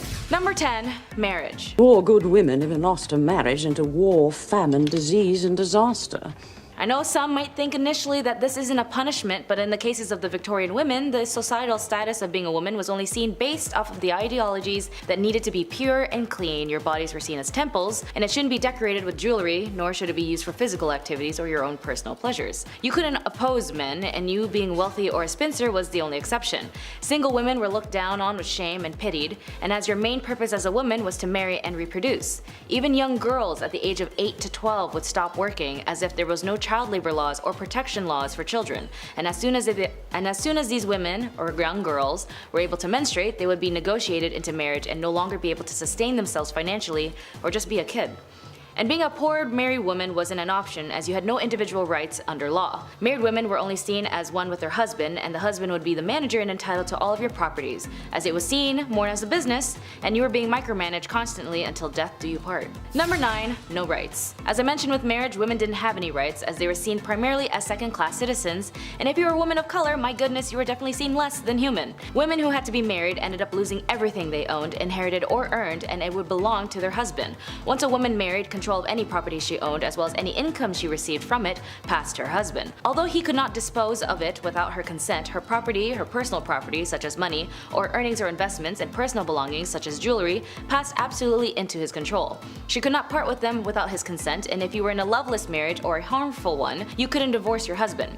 Divorce wasn't even a concept for women to execute without losing their own amenities, even in the court of law, until the 1970s, almost 100 years or so later, after the spark of the women's suffrage movement in the mid-late 1800s. So men had the right to divorce his wife under the grounds of adultery, but women had to prove her husband was unfaithful, combined with other allegations including cruelty, bigamy, incest, and so on. Luckily, in the 1857 Act, divorce did become a bit easier little by little, but again only under the impression that the woman had legal grounds and proof her husband was unfaithful, with evidentiary support to back up her claims. And even then, she could finally earn some of her possessions. As for the husbands, if he wanted to divorce his wife, he didn't have to do anything, he could just say it and it would be fine. Number 8. No education. To me, education is extremely important, as it was something I learned growing up in my family, that education liberates you to understand yourself, those around you, and the world better. And for women in this era, they were received less education than men. They were banned from universities and could only obtain low-income paying jobs, as she was not allowed to follow a profession, as they were all closed to women. And the irony of them having Queen Victoria as the reigning accolade of this era, a woman and women of these times couldn't get an education to liberate herself or her children from defamation if the husband no longer sees her as a useful asset. So for women, especially those who could afford it, was raised in a privileged household with financial backings and exceptional family background, her education was only seen as accomplishments. Like, oh darling, she's a very accomplished woman, is something you might hear in these type of movies that depict the era, which only indicates that she had artistic talents like singing, dancing, and knowing foreign languages, and anything to help earn them a husband, and be a benefit in the house. Even doctors at this time believed that if a woman studied too much education, she would stunt her ability to reproduce. Wild as hell. And when university allowed women to attend their lecture halls, their families would actually forbid them from going, worried that it would prevent them from finding a husband. Rule number 7 is to mourn properly. Another dress all women owned was an all-black mourning dress. They kept these bad boys on lock for whenever someone died, which was arguably something to look forward to in the Victorian era. Thanks to Victoria being the most extraordinary and dramatic woman of all time when her husband Prince Albert died in 1861, and she spent a bajillion years dressing like a vampire and wearing black mantillas, it set this bizarre fashion and mourning standard that metamorphosized into literal rules. If one was to ignore these rules, it was seen as incredibly offensive to the deceased. Self-help books dedicated to making men and women better at exerting dramatic woe were pretty common to see on bookstore shelves. So, a mourning rule for women was, should her husband die, the widow was expected to mourn for no less than 2 years, while mourning for parents and offspring only lasted a year. Relatives such as grandparents and siblings would only get 6 months. They dole it out like family inheritance. Is a little weird. Queen Victoria had favored black crepe, and it became one of the only fabrics that was permissible for mourning clothing. Luxurious silks and satins weren't permissible, only itchy and abrasive materials that chafed the sadness right into you. Women would often wear merino or cashmere instead. No jewelry or ornamentation was permitted unless it served a functional purpose like a button or a clasp, or unless it was a bunch of the deceased's hair and teeth braided in a pattern together in the jewelry. Don't forget your big black hat and grandma's doily tablecloth you dyed black to throw over your face and body. Enjoy looking like a corpse for 2 years. Rule number 6 is to glove up. We love to joke about the whole, oh no, if you show your ankle, you're a Victorian W word. But weirdly, hands were actually way more of an issue. The ankle thing was just because men were still trying to look up women's skirts, even when they were so long the ends of them entered a room 15 minutes after the wearer did. Fingers were actually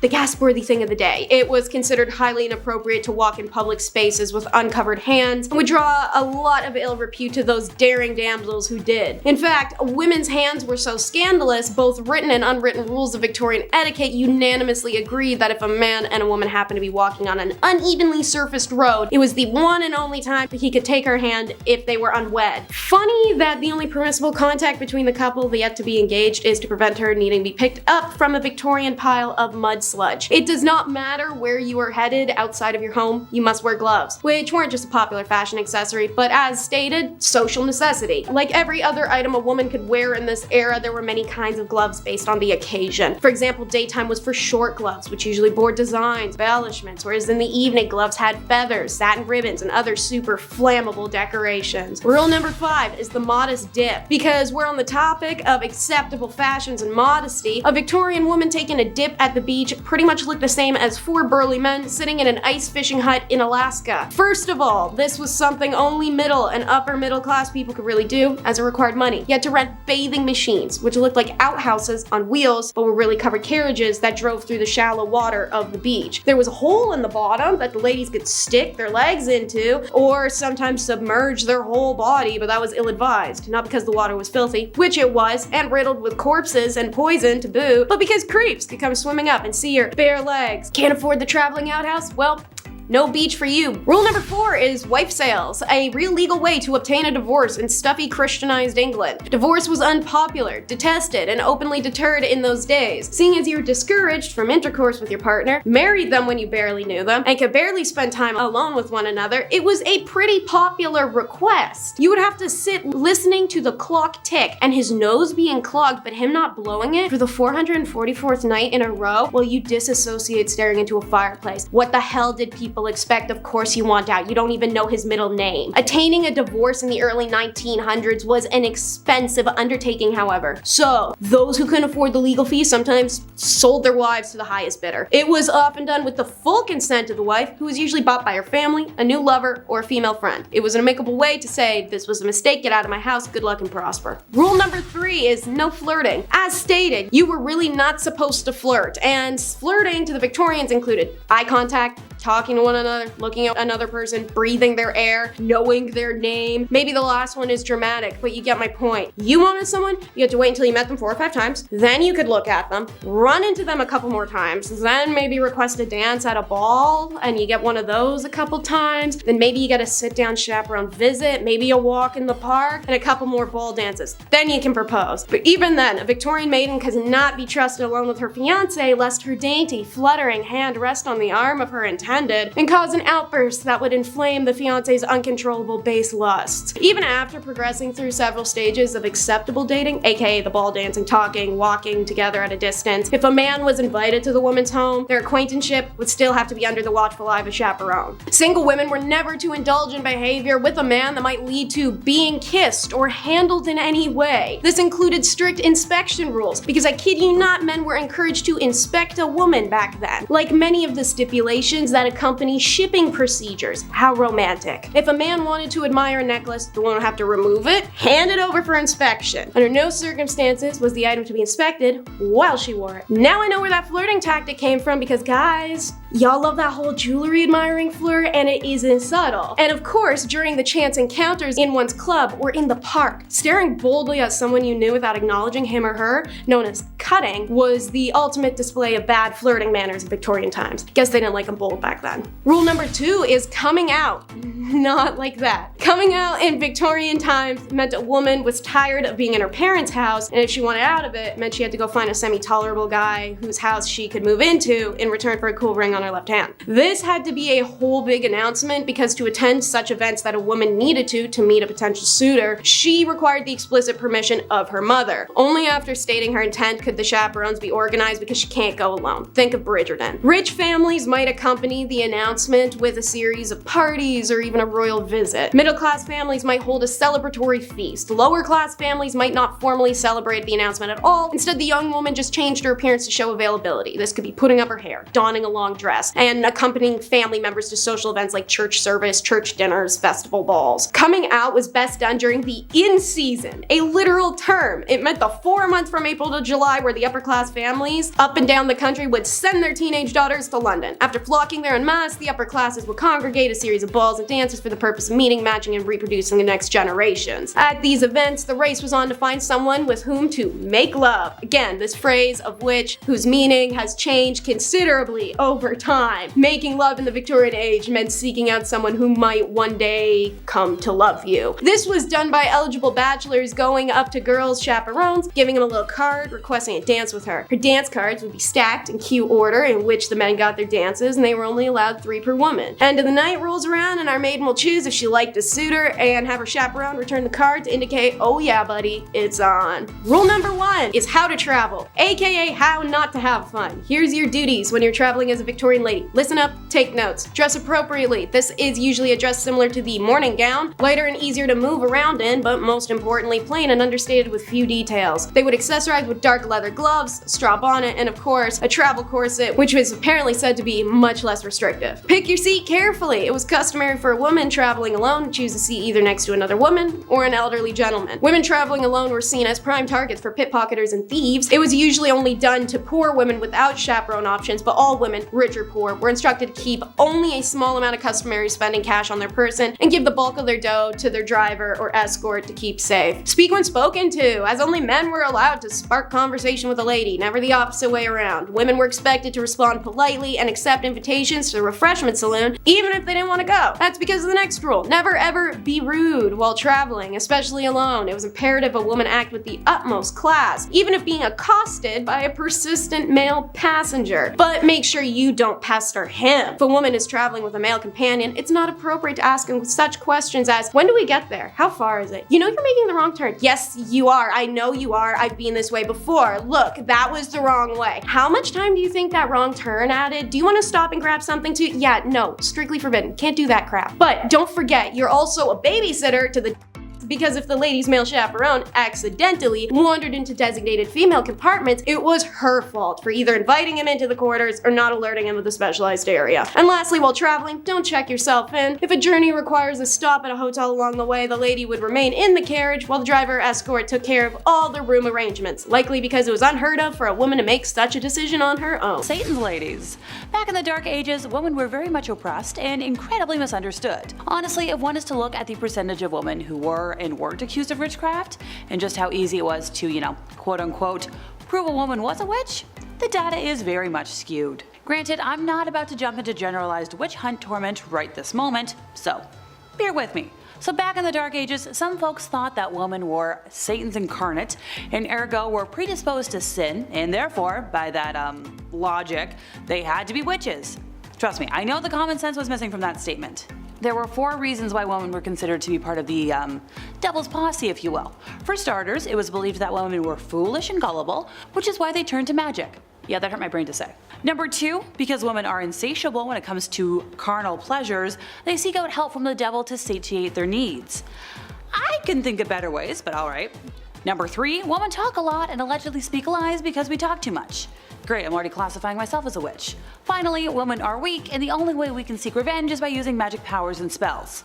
Pardon me, I can feel my brain leaking out of my ears. Sadly, that was the reality back then, because having a personality and independence meant, game over.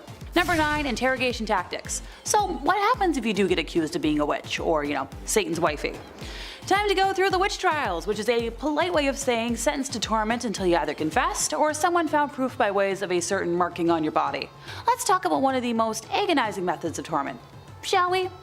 If you're, femme presenting and get arrested for something serious and the townspeople want information out of you, they drag you into a dungeon, strip you until you're in the nude, tie a rope around each one of your ankles and hoist you up so that you're upside down with your legs spread apart, and once again in your birthday suit, so probably shivering in the cold.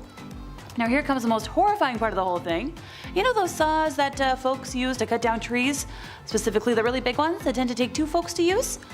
So one of those would be used to slice you in half from the rear to the head.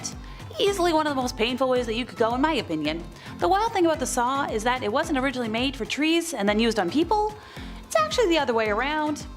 Pardon me, I'll be shuddering for the rest of today. Number 8, that time of the month. Ant Flow, the Red Sea, Shark Week. Heck, the event has so many monikers, but those who experience it can agree that it's a pretty miserable period of time.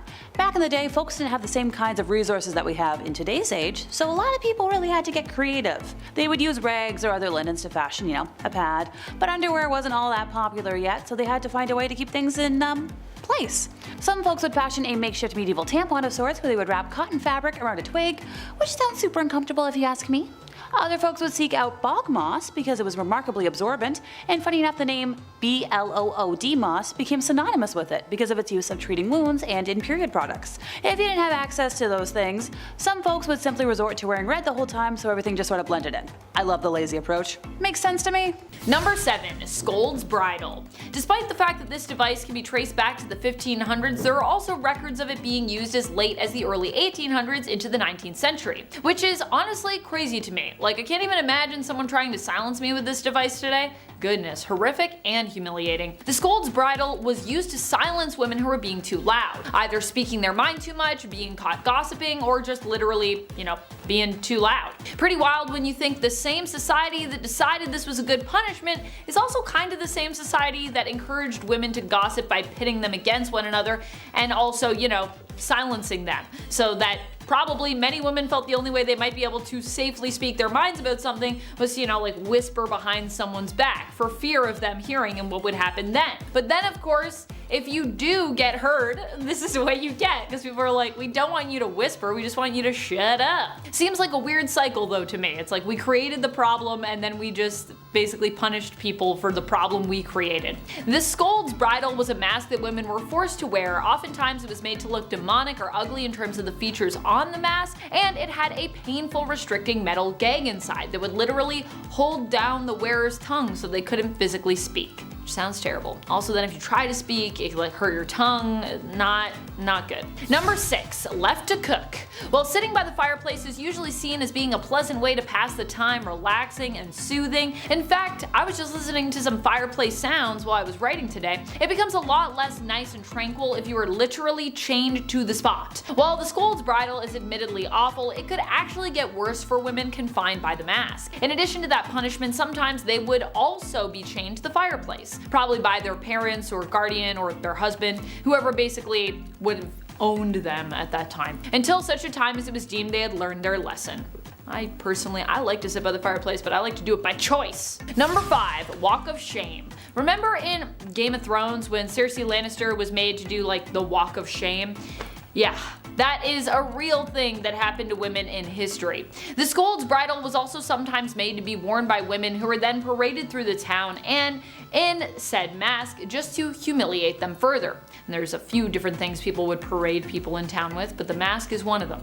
As if just being forced to wear that mask wasn't awful enough. I don't think you need to parade someone around or chain them to a fireplace. I think you can just leave it at the mask, to be honest. Your point would be made. In fact, I don't even think you need the mask at all. Just don't try to make a point to begin with and then we're all good. How about instead we just let women exist and be heard?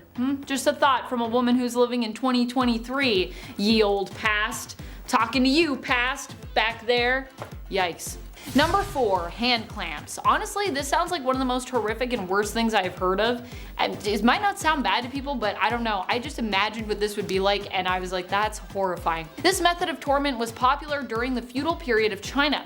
It was used all the way up till the 19th century. What did it involve? Forcing women to put their hands into a tool that would then squeeze the tip of their finger. Doesn't sound that bad when you're thinking of it on the surface level, and in terms of the surface area of your finger. But this pain was actually so bad because of the pressure that it would cause many to just pass out. But once you passed out, they would just splash some cold water on you and force you to stay awake so you could experience every single second of pain awake. It wasn't reserved for just the hands or fingers either. There were also tools like this used to apply pressure to the feet and the head even of suspected offenders. Yeah, this method of course wasn't even safe for people who were convicted of adultery, which honestly I don't even think you should torment people physically like this anyways, or mentally, even if they're guilty of it.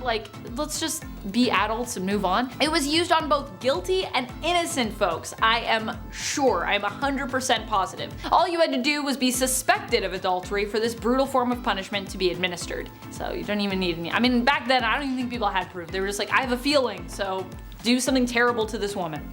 Number 3, ducking stool. Despite being more well known for its use during witch trials, the ducking stool was also something that was used to torment women in the 19th century as well. In fact, documentation of its use exists from as late as 1896. That seems pretty late to me. That's wild. Although I obviously wasn't alive at that time and it was over 100 years ago now, it does not feel that long ago relative to our history and time spent on this earth.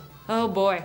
A ducking stool was basically a chair, a variation of another stool type used to humiliate people. However, in the case of the ducking stool, you were more than humiliated, you could actually die. Women would be tied to the ducking stool, basically a chair, and then lowered into the water. During the witch trials, this was one of the methods used to discern witches from innocent women. The problem being that witches would apparently survive the process thanks to their wily powers, whereas women would be proclaimed innocent if they could not float, swim, or survive this process, meaning that many that were then deemed innocent wouldn't survive the ducking process. So it seems like a flawed way to test that, you know what I mean? Like if someone's innocent, I feel like they shouldn't end up dead, but I don't know. Only the witches get to live, and even then they don't get to live. No one gets to live. Are you a woman? No life for you. Sorry. You just gotta move on. That's history for you. Number 2, foot binding. While not a punishment for any misdeed, foot binding was a cultural practice that has often been tied to sexist ideals for women that were created not necessarily by them, but by society at large. The idea with foot binding was to break the bones of young girls' feet so that their feet could be shaped into a small and dainty size. From a young age, their feet were broken, bound, and conditioned so that they would be and remain small into adulthood. While no longer something practiced today, foot binding is an ancient practice that is believed to have originated somewhere around the 10th century. The decline began, though, around the mid-19th century. That's 9 centuries of foot binding, after questions were raised about the practice in the 18th century. Number 1, nose cutting. Probably one of the most brutal punishments out there for suspected adultery or promiscuity is the method of nose and ear cutting. This is when women have their noses and/or their ears removed. This is done to disfigure the woman and take away the power of her beauty as punishment for whatever misdeed she's accused of. In many cases, women have been punished in this way without even actually being proven to have done anything that is even deemed wrong by whatever moral code you're subscribing to, by whatever whack moral code you are subscribing to. Some women have even been punished this way simply for defending or protecting themselves or others. Typically, nose cutting is reserved as a punishment for women. It happened not just in the 19th century, but before and even after that as well. Number 10, thews or stalks. Gossiping now is always seen as a bothersome and terrible construct where rumors are spread and information is sent from one end to the room to the other, when in actuality the original history of gossiping was used as a survival tool since time. However, due to the trickling events that would occur in the 12th century to the 21st century, gossip has been accompanied by the dangerous stigmatization of women. And with that in mind, they would be accompanied with a crime of humiliation for gossiping by being locked up by the neck and left outside at the mercy of the mocking crowd.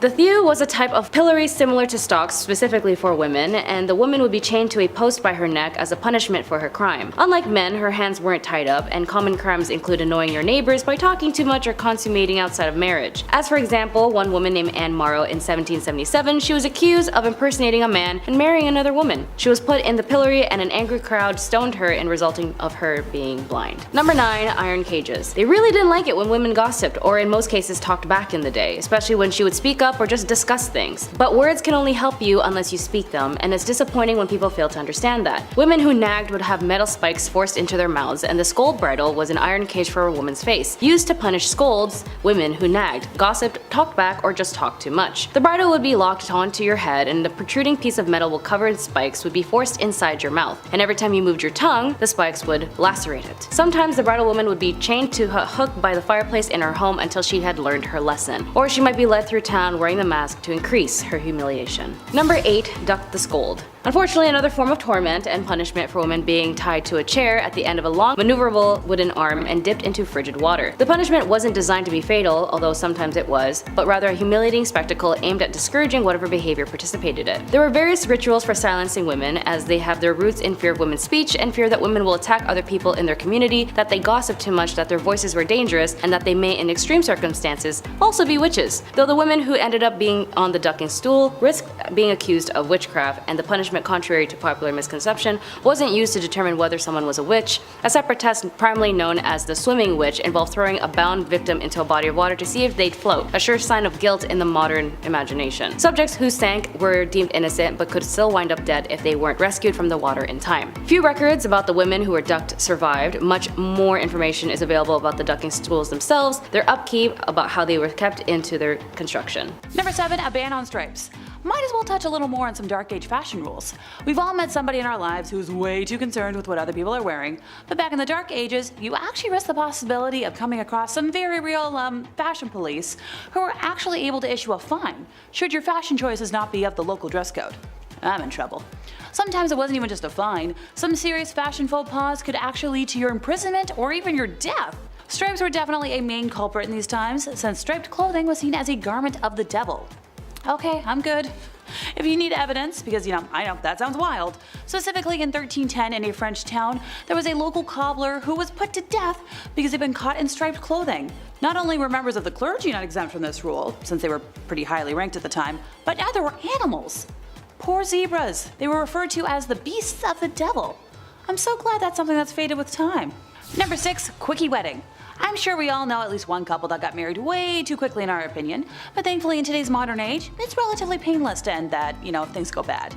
Heck, drive-through wedding chapels are a thing nowadays and have been for quite some time. Well, so marriage in the dark ages was quick and easy, but also kind of difficult to prove. If you and your loved one really wanted to get married, all you had to do was say, "We're married," and then, it's legal. Of course, this led to a whole pile of spur-of-the-moment type marriages, especially considering how schmex before marriage was widely condemned at the time. While I'm sure many people who are divorced would have preferred if their marriages were this easy, this led to people, of course, taking advantage of this difficult-to-prove thing. Women, in particular, were at risk of getting hitched to a man who might want to take you as his wife for the night, but then the following day, after getting what he wants, he'd deny ever agreeing to the union y'all had.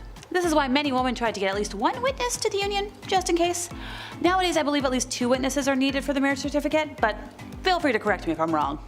Number 5, an uncommon plague.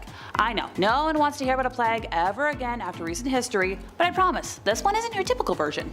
The dancing plague of 1518, or dance epidemic of 1518, was a case of dancing mania that occurred in what is now known as France, from July of 1518 to September. The outbreak began when a woman by the name of Fro Trophea began to dance fervently in the street for a week straight. Oh, my poor ankles. Soon, 3 dozen others joined in on the dancing chaos, with the plague claiming 400 victims by August. By early September, the outbreak began to subside as the dancers were sent to a mountain shrine to pray for absolution. Guess we found where fellows took inspiration. It's unsure just how many, but a small number of victims actually did pass from this epidemic, which is wild. Historical documents, including physician notes, cathedral sermons, local and regional chronicles, and even notes issued by the city council are clear that the victims danced, but nobody knows why. There are many theories behind the phenomenon, the most popular being stress-induced mass hysteria. Other theories include ergot and religious explanations. It'd be interesting to see if this ever pops up again in modern times with how stress levels are these days.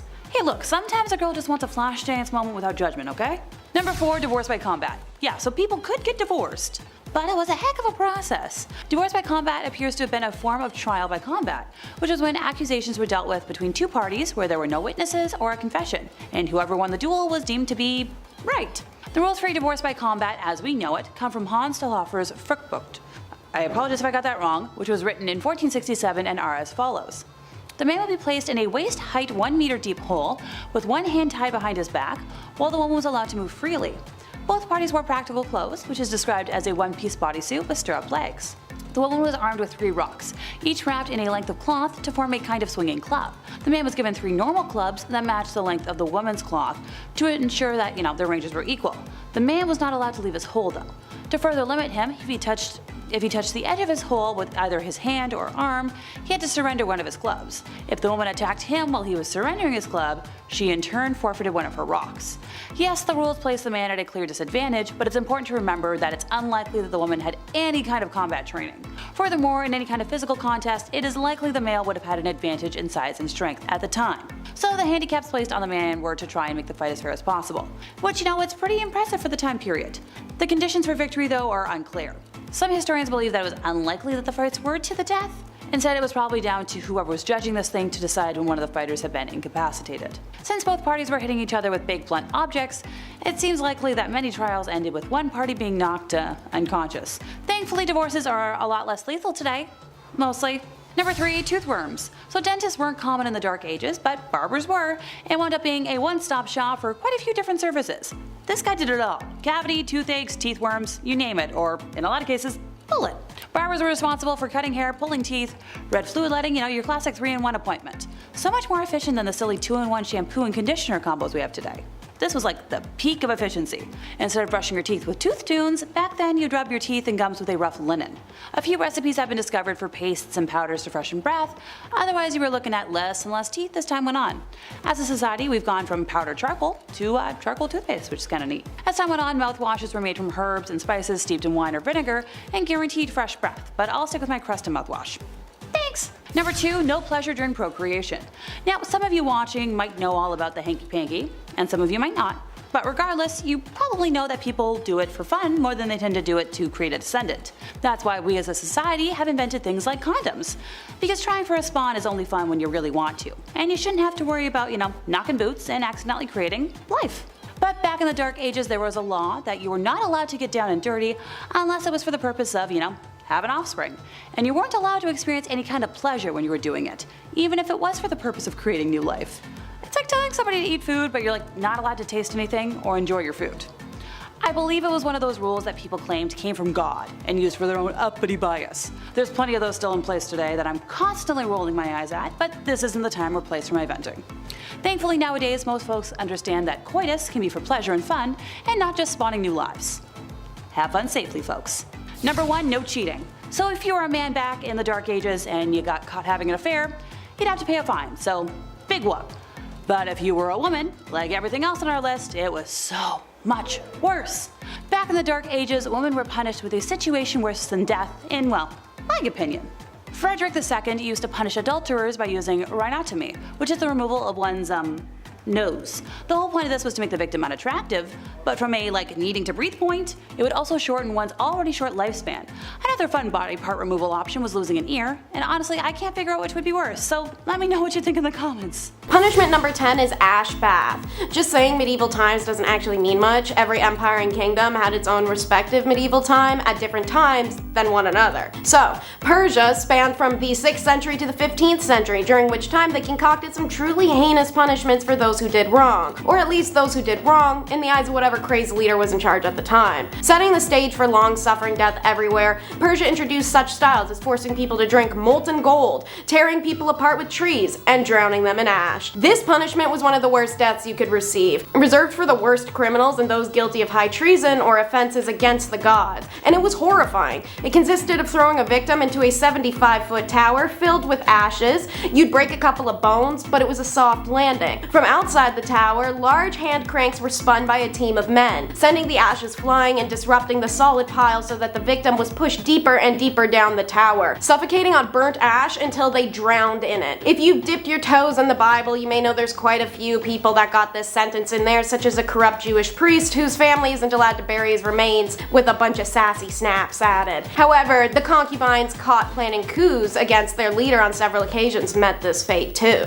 Punishment number 9 is the evil field. So medieval Rome is characterized by the break with Constantinople and the formation of the Papal State, with technically ongoing until its collapse, which marks the beginning of Europe's medieval period. On the topic of being buried while still breathing, the Romans also enjoyed dumping people into holes alive in their medieval times. One famous example is the Vestal Virgins, the priestesses of the hearth goddess Vesta who were sworn to chastity. However, should they break that chastity vow, they had a special acre of grass dedicated just to burying them alive. Like most deaths, Romans like to make a big show of it, and the Vestal breaking her virginity vow would naturally be the Sunday matinee. They had an entire little ritual. She'd be carried on a litter throughout the city in the nude until they reached the Campus Seculatus, aka the evil field. There, an underground chamber awaited in which she'd be lowered into and sealed inside alive. There was only one ever known instance in Roman history where a Vestal Virgin wasn't slain for breaking her vows. That would be Julia Aquilia Severa, the wife, then ex-wife, then wife again again of Emperor Elagabalus. It's believed that Julia remained with him until they were killed in the year 222, but who's to say they put Julia in the ground after. Punishment number 8 is the finger cinch. China's medieval period was between the fall of the Han Dynasty in 220 CE and the fall of the Mongol Dynasty in 1368 CE. Famous in the Chinese feudal dynasty, this form of punishment was specifically made for the woman who did not obey her master's command. Master can be taken literally, should it be a concubine or a servant, but also figuratively like her parents or husband. The offenders have to put their fingers inside a specialized tool which look like interlocking combs. The device would then squeeze the fingertips, causing immense pain and loss of circulation. If the victim faints, ice water would be thrown on her as a wake-up call. The punishment would continue until the victim was deprived of all their strength. The device was prepared in every shape and size to crush the fingers of any female, so she may ultimately surrender to male prejudice. Number 7, marking and tattooing. Although in some cultures tattooing isn't seen as a bad thing, but part of their heritage and even a source of pride. But in some cases they would use it as a means of marking an individual for their shame. Nathaniel Hawthorne, The Scarlet Letter, famously marks its protagonist, Hester Prynne, with a red letter A for adultery for accusations about her behavior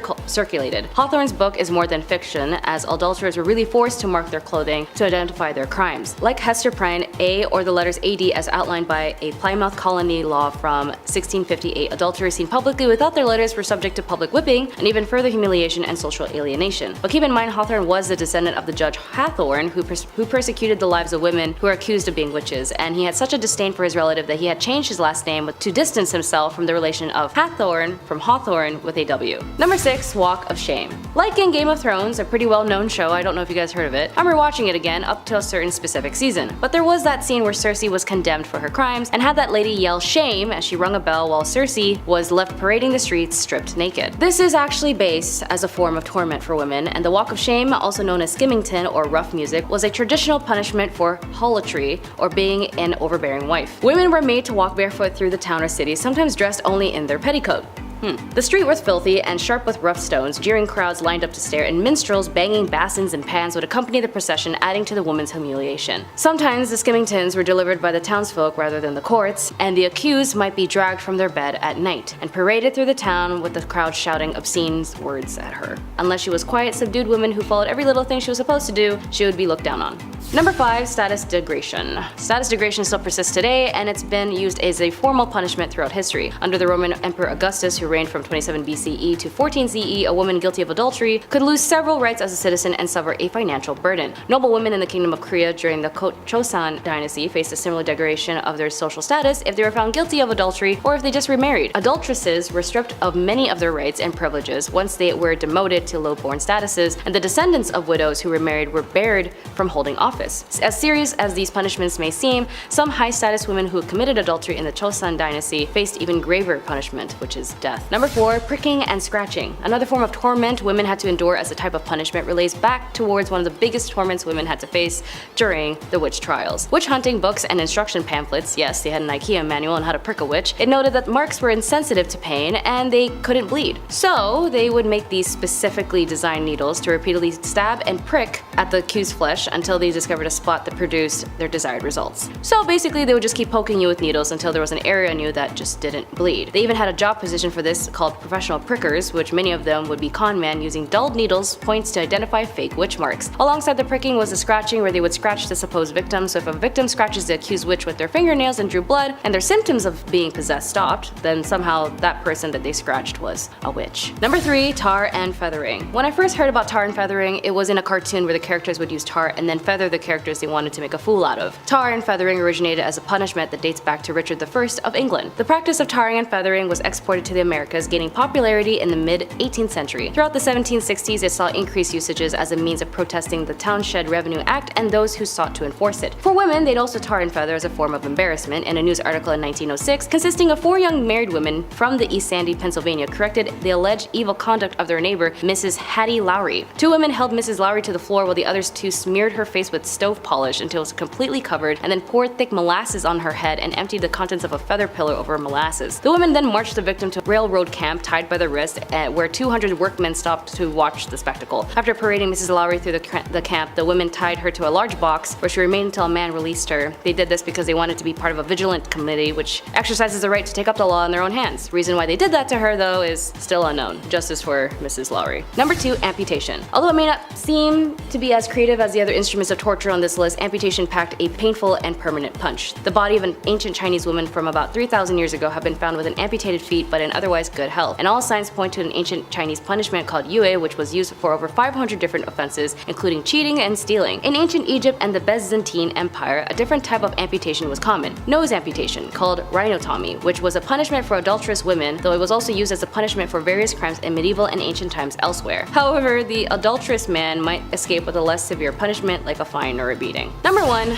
burnt to death. Although it is noted that the most famous form of torment and method of getting rid of a witch was to burn her or burn them by the stake, but this was more common in Europe during the very early 1300s to the end of the 17th century. In England and most of their colonies, the witch trials would go on like every other crime, and when someone was convicted of witchcraft, typically they would be hanged. But with the burning alive, that was more specifically used in Europe, especially in Scotland. Women accused of witchcraft and communing with the devil would be burnt, but it was also a common punishment for treason or heresy. A woman might have her limbs covered in tar, as well as being made to wear a tar-soaked dress and bonnet, and she would then be tied up by the neck on a barrel and the fire would be lit. She would be simultaneously burnt and hung in a blazing inferno, or they wouldn't bother to hang her, instead placing a bundle of twigs around her feet so she would be consumed in a sheet of fire and burnt alive. Notably, another famous person who was also in this unfortunate spectacle was Joan of Arc. Number 10, drowning. Drowning as a form of punishment was not a common practice in ancient Egypt, at least as far as historical records and archaeological evidence indicate. The ancient Egyptians had a legal system with various forms of punishment, but the various methods were typically less severe than drowning. But in records of the Code of Hammurabi, which was one of the oldest and known legal codes in human history, it provided a comprehensive set of laws covering a wide range of aspects of daily life, including civil, criminal, and commercial matters. One of the most famous aspects of the code is the principle of an eye for an eye, a tooth for a tooth,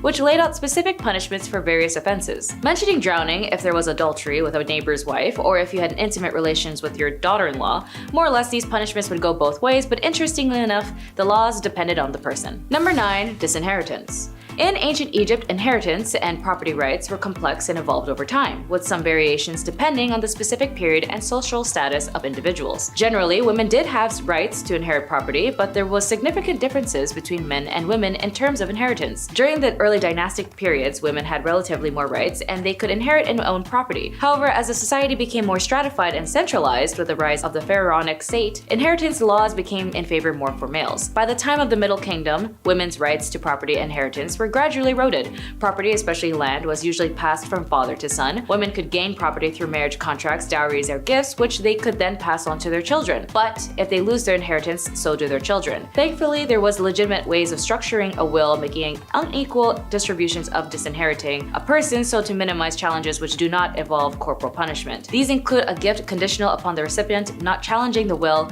a no contest clause diverting assets outside the will by writing a life insurance policy into trust, or passing assets through the will to a secret trust. Number 8, banishment. In ancient Egypt, as in many ancient societies, the legal system was complex and the punishment for various offenses could vary depending on factors such as the severity of the crime, the societal status of an individual involved, and the time period in question. Banishment was one possible punishment, but it was not the common form of punishment. Banishment in ancient Egypt was being expelled from a community or city was generally used for serious offenses or crimes. It was a severe punishment because it meant the individual was cut off from their community and likely left to fend for themselves in the harsh environment outside settled areas. And for women, it was typically a rare occurrence as the legal system in ancient Egypt was based on the code of law that changed over time, and evidence suggests that women could be subjected to various forms of punishments for their crimes, including banishment. Number 7, Natalia Guerrera. Speaking of religious cults, Natalia Guerrera was definitely part of one where she had sacrificed her own 2-day-old infant and burning him to death as part of a satanic ritual. She was finally apprehended by police after evading capture for 2 years. Just 2 days after giving birth, Natalia agreed to have a baby, Jesus, quote unquote, killed after the leader of Antares de la Luz cult, and the father of the child, Raymond Gustavo Castillo Gaete, declared that the infant to be an antichrist and that the sacrifice would help prevent the end of the world on December 21st, 2012. Natalia had previously stated in her defense that she was drugged at the time of the murder, but a forensic psychologist declared that the members were not under the influence when the sacrifice was carried out. After her sentence, Natalia managed to flee and was on the run for 2 years. Investigators noted that she had lived in different houses and even changed her identity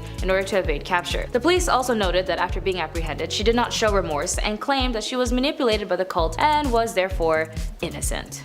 Number 6. Eileen Wuornos. Eileen Wuornos was a convicted serial killer as she targeted only men as an adult worker. She had up to 7 victims and would target specifically motorists, men who would meet her on the road as she acted as a hitchhiker. She was incarcerated at the Florida Department of Corrections BCI death row for women, and she tried to appeal to the US Supreme Court, which was later denied. At that point, she dismissed her legal counsel and terminated all pending appeals. She then would go off to say, in quotes, "I killed those men, I robbed them as cold as ice, and I'd do it again. There is no chance in keeping me alive or anything because I'll kill again, and I hate crawling through my system. I am so sick of hearing this she's crazy stuff. I've been evaluated so many times, I'm competent, sane, and I'm trying to tell the truth. I'm the one who seriously hates human life and would kill again." After extreme mistreatment she suffered while imprisoned and the inhumane management given to her by the officers, in her final interview she expressed to the media in quote, "You sabotaged me, society, and the cops, and the system. An attacked woman got executed and was used for books and movies and so on." Her final on-camera words were, "Thanks a lot, society, for railroading my ass." She was later executed by lethal injection. Number 5. Patricia Krenwinkel. As of 2022, Patricia Krenwinkel, now 74, was convicted of 7 counts of first degree in August 1969 for the Manson family attacks that left 7 people dead. She was also known as the Manson Girl when she was arrested in Mobile, Alabama. It was during the summer of 1969 where Charles Manson ordered his members to end the lives of 7 people in Los Angeles, including actress Sharon Tate. During the trial, Patricia Trial's attorney, Paul Fitzgerald, suggested that although her fingerprints were found inside the Tate home, she might have been an invited guest or friend. Seemingly unfazed by the possibility of a guilt verdict and a death sentence, Patricia reported spent much of the trial drawing doodles of devils and other satanic figures. All during the trial, she remained loyal to the Mansons and the family. Demonstrated of this unity included walking hand in hand with Atkins and Van Houten, singing songs written by Manson, as well as shaving their heads and carving a giant X on their foreheads.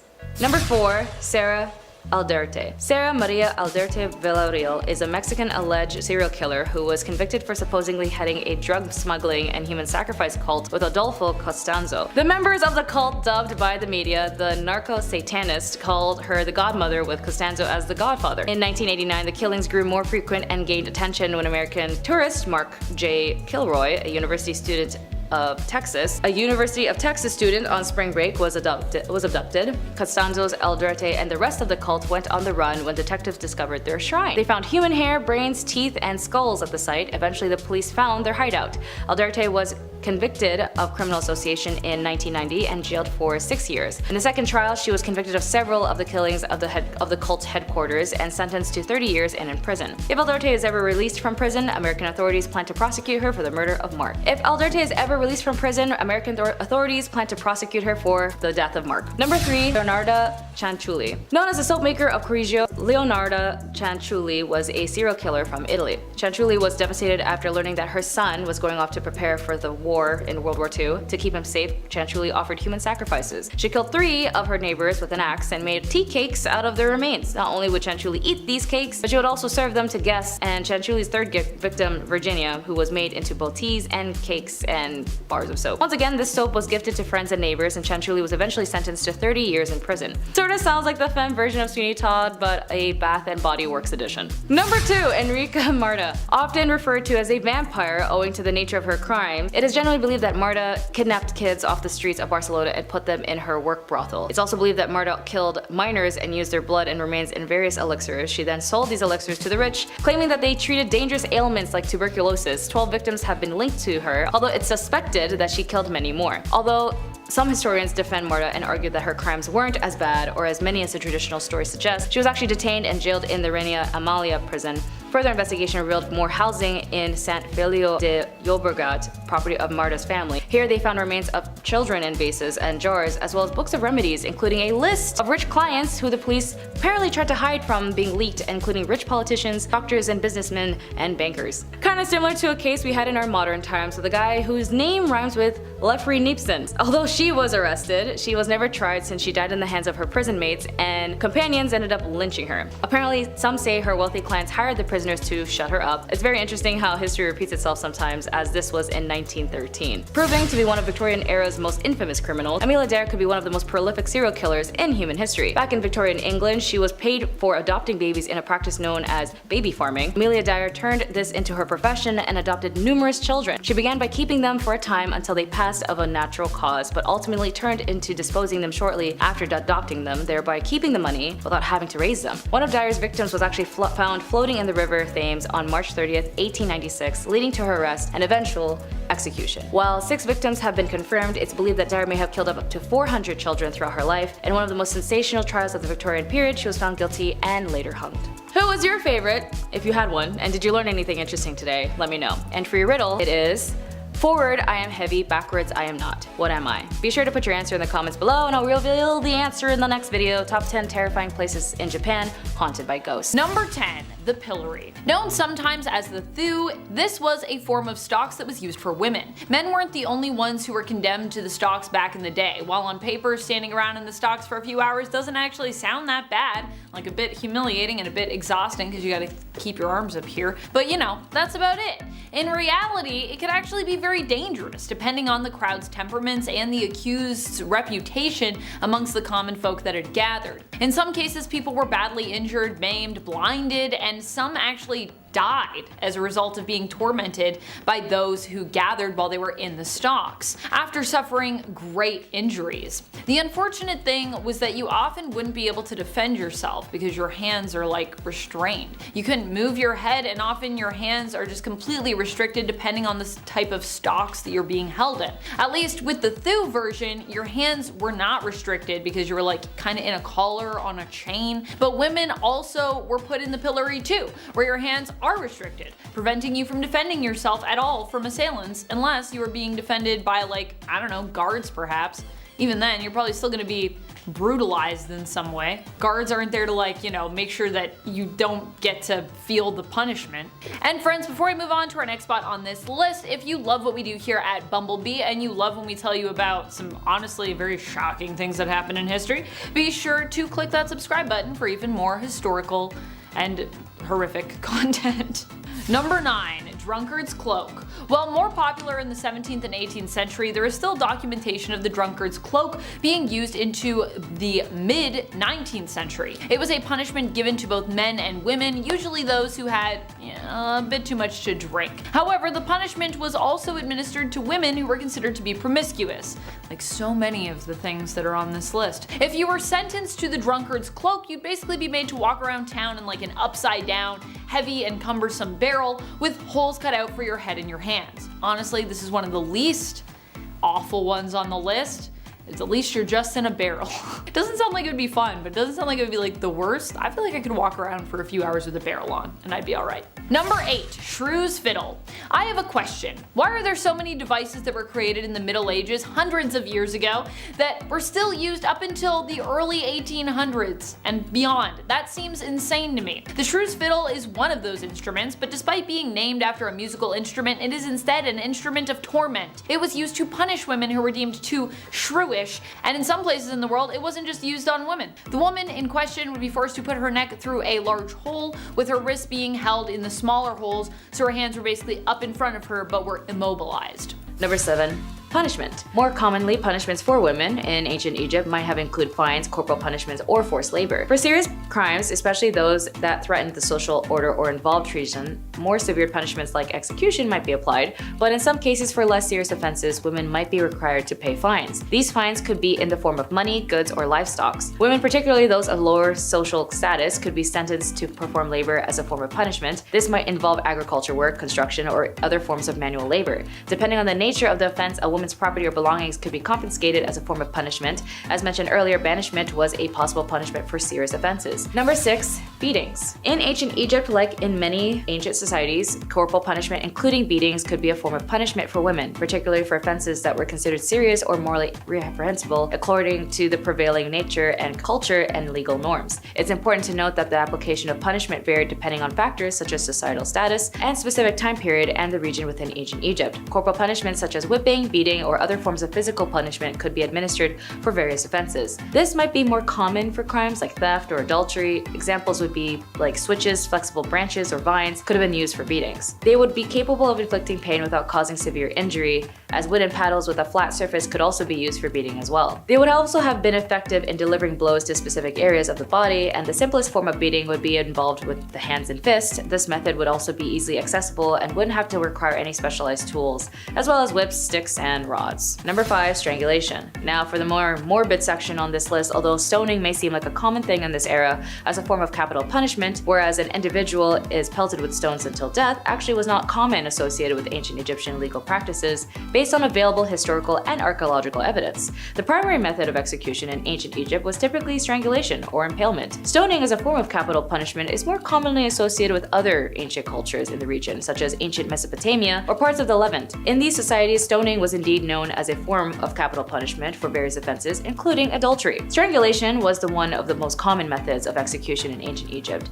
It was typically used for serious offenses and could be applied for both men and women. In cases where capital punishment was deemed necessary, strangulation was a method employed to carry out the sentence. Number 4. Lacerations. When it comes to corporal punishments, as I mentioned above, those who do commit adultery might deal with the consistency of beatings or lacerations. Texts speak of thrashing with a wooden stick, give 10 to 20 to 50 to 100 or even 200 times. They also mention branding and mutilation of the nose and ears. Tomb reliefs often show beatings of people, but in most cases these are private coercions of subordinates, not an official penalty. Sometimes the culprits are bound to a pillory. These punishments were all carried out in public and therefore also meant a loss of honor and degradation of the culprits. The results of these measures can be seen on many skeletons, as they are also including cutting off limbs, noses, and other parts of the body as a form of punishment, specifically connected to adultery or if you were married, specifically a married woman. It is a crime deserving of death, as it is easier to commit any other sin after that. The husband had a legal right to punish or forgive his wife or leave the court if the husband accuses the wife with no proof. The punishment of a man was much lighter, and the woman of the crime of adultery, as the Egyptians believed,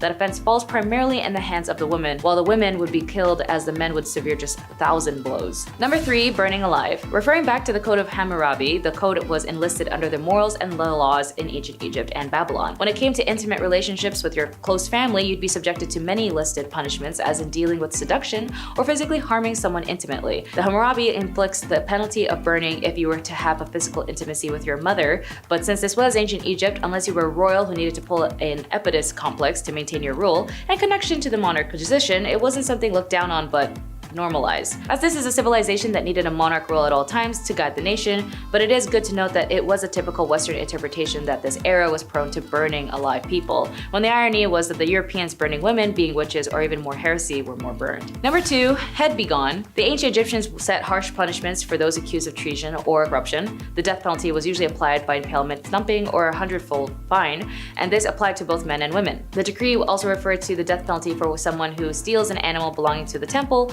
and transfer it to another party, while confiscating the property of the thief in favor of the stolen temple. The ancient Egyptians distinguished between the stolen goods and the attribute of holiness and considered it a religious crime that requires execution, and those stolen goods that do not affect the sanctities, settling for the penalties of beating and the fine for the theft 100 times of the value of the stolen items. Number 1.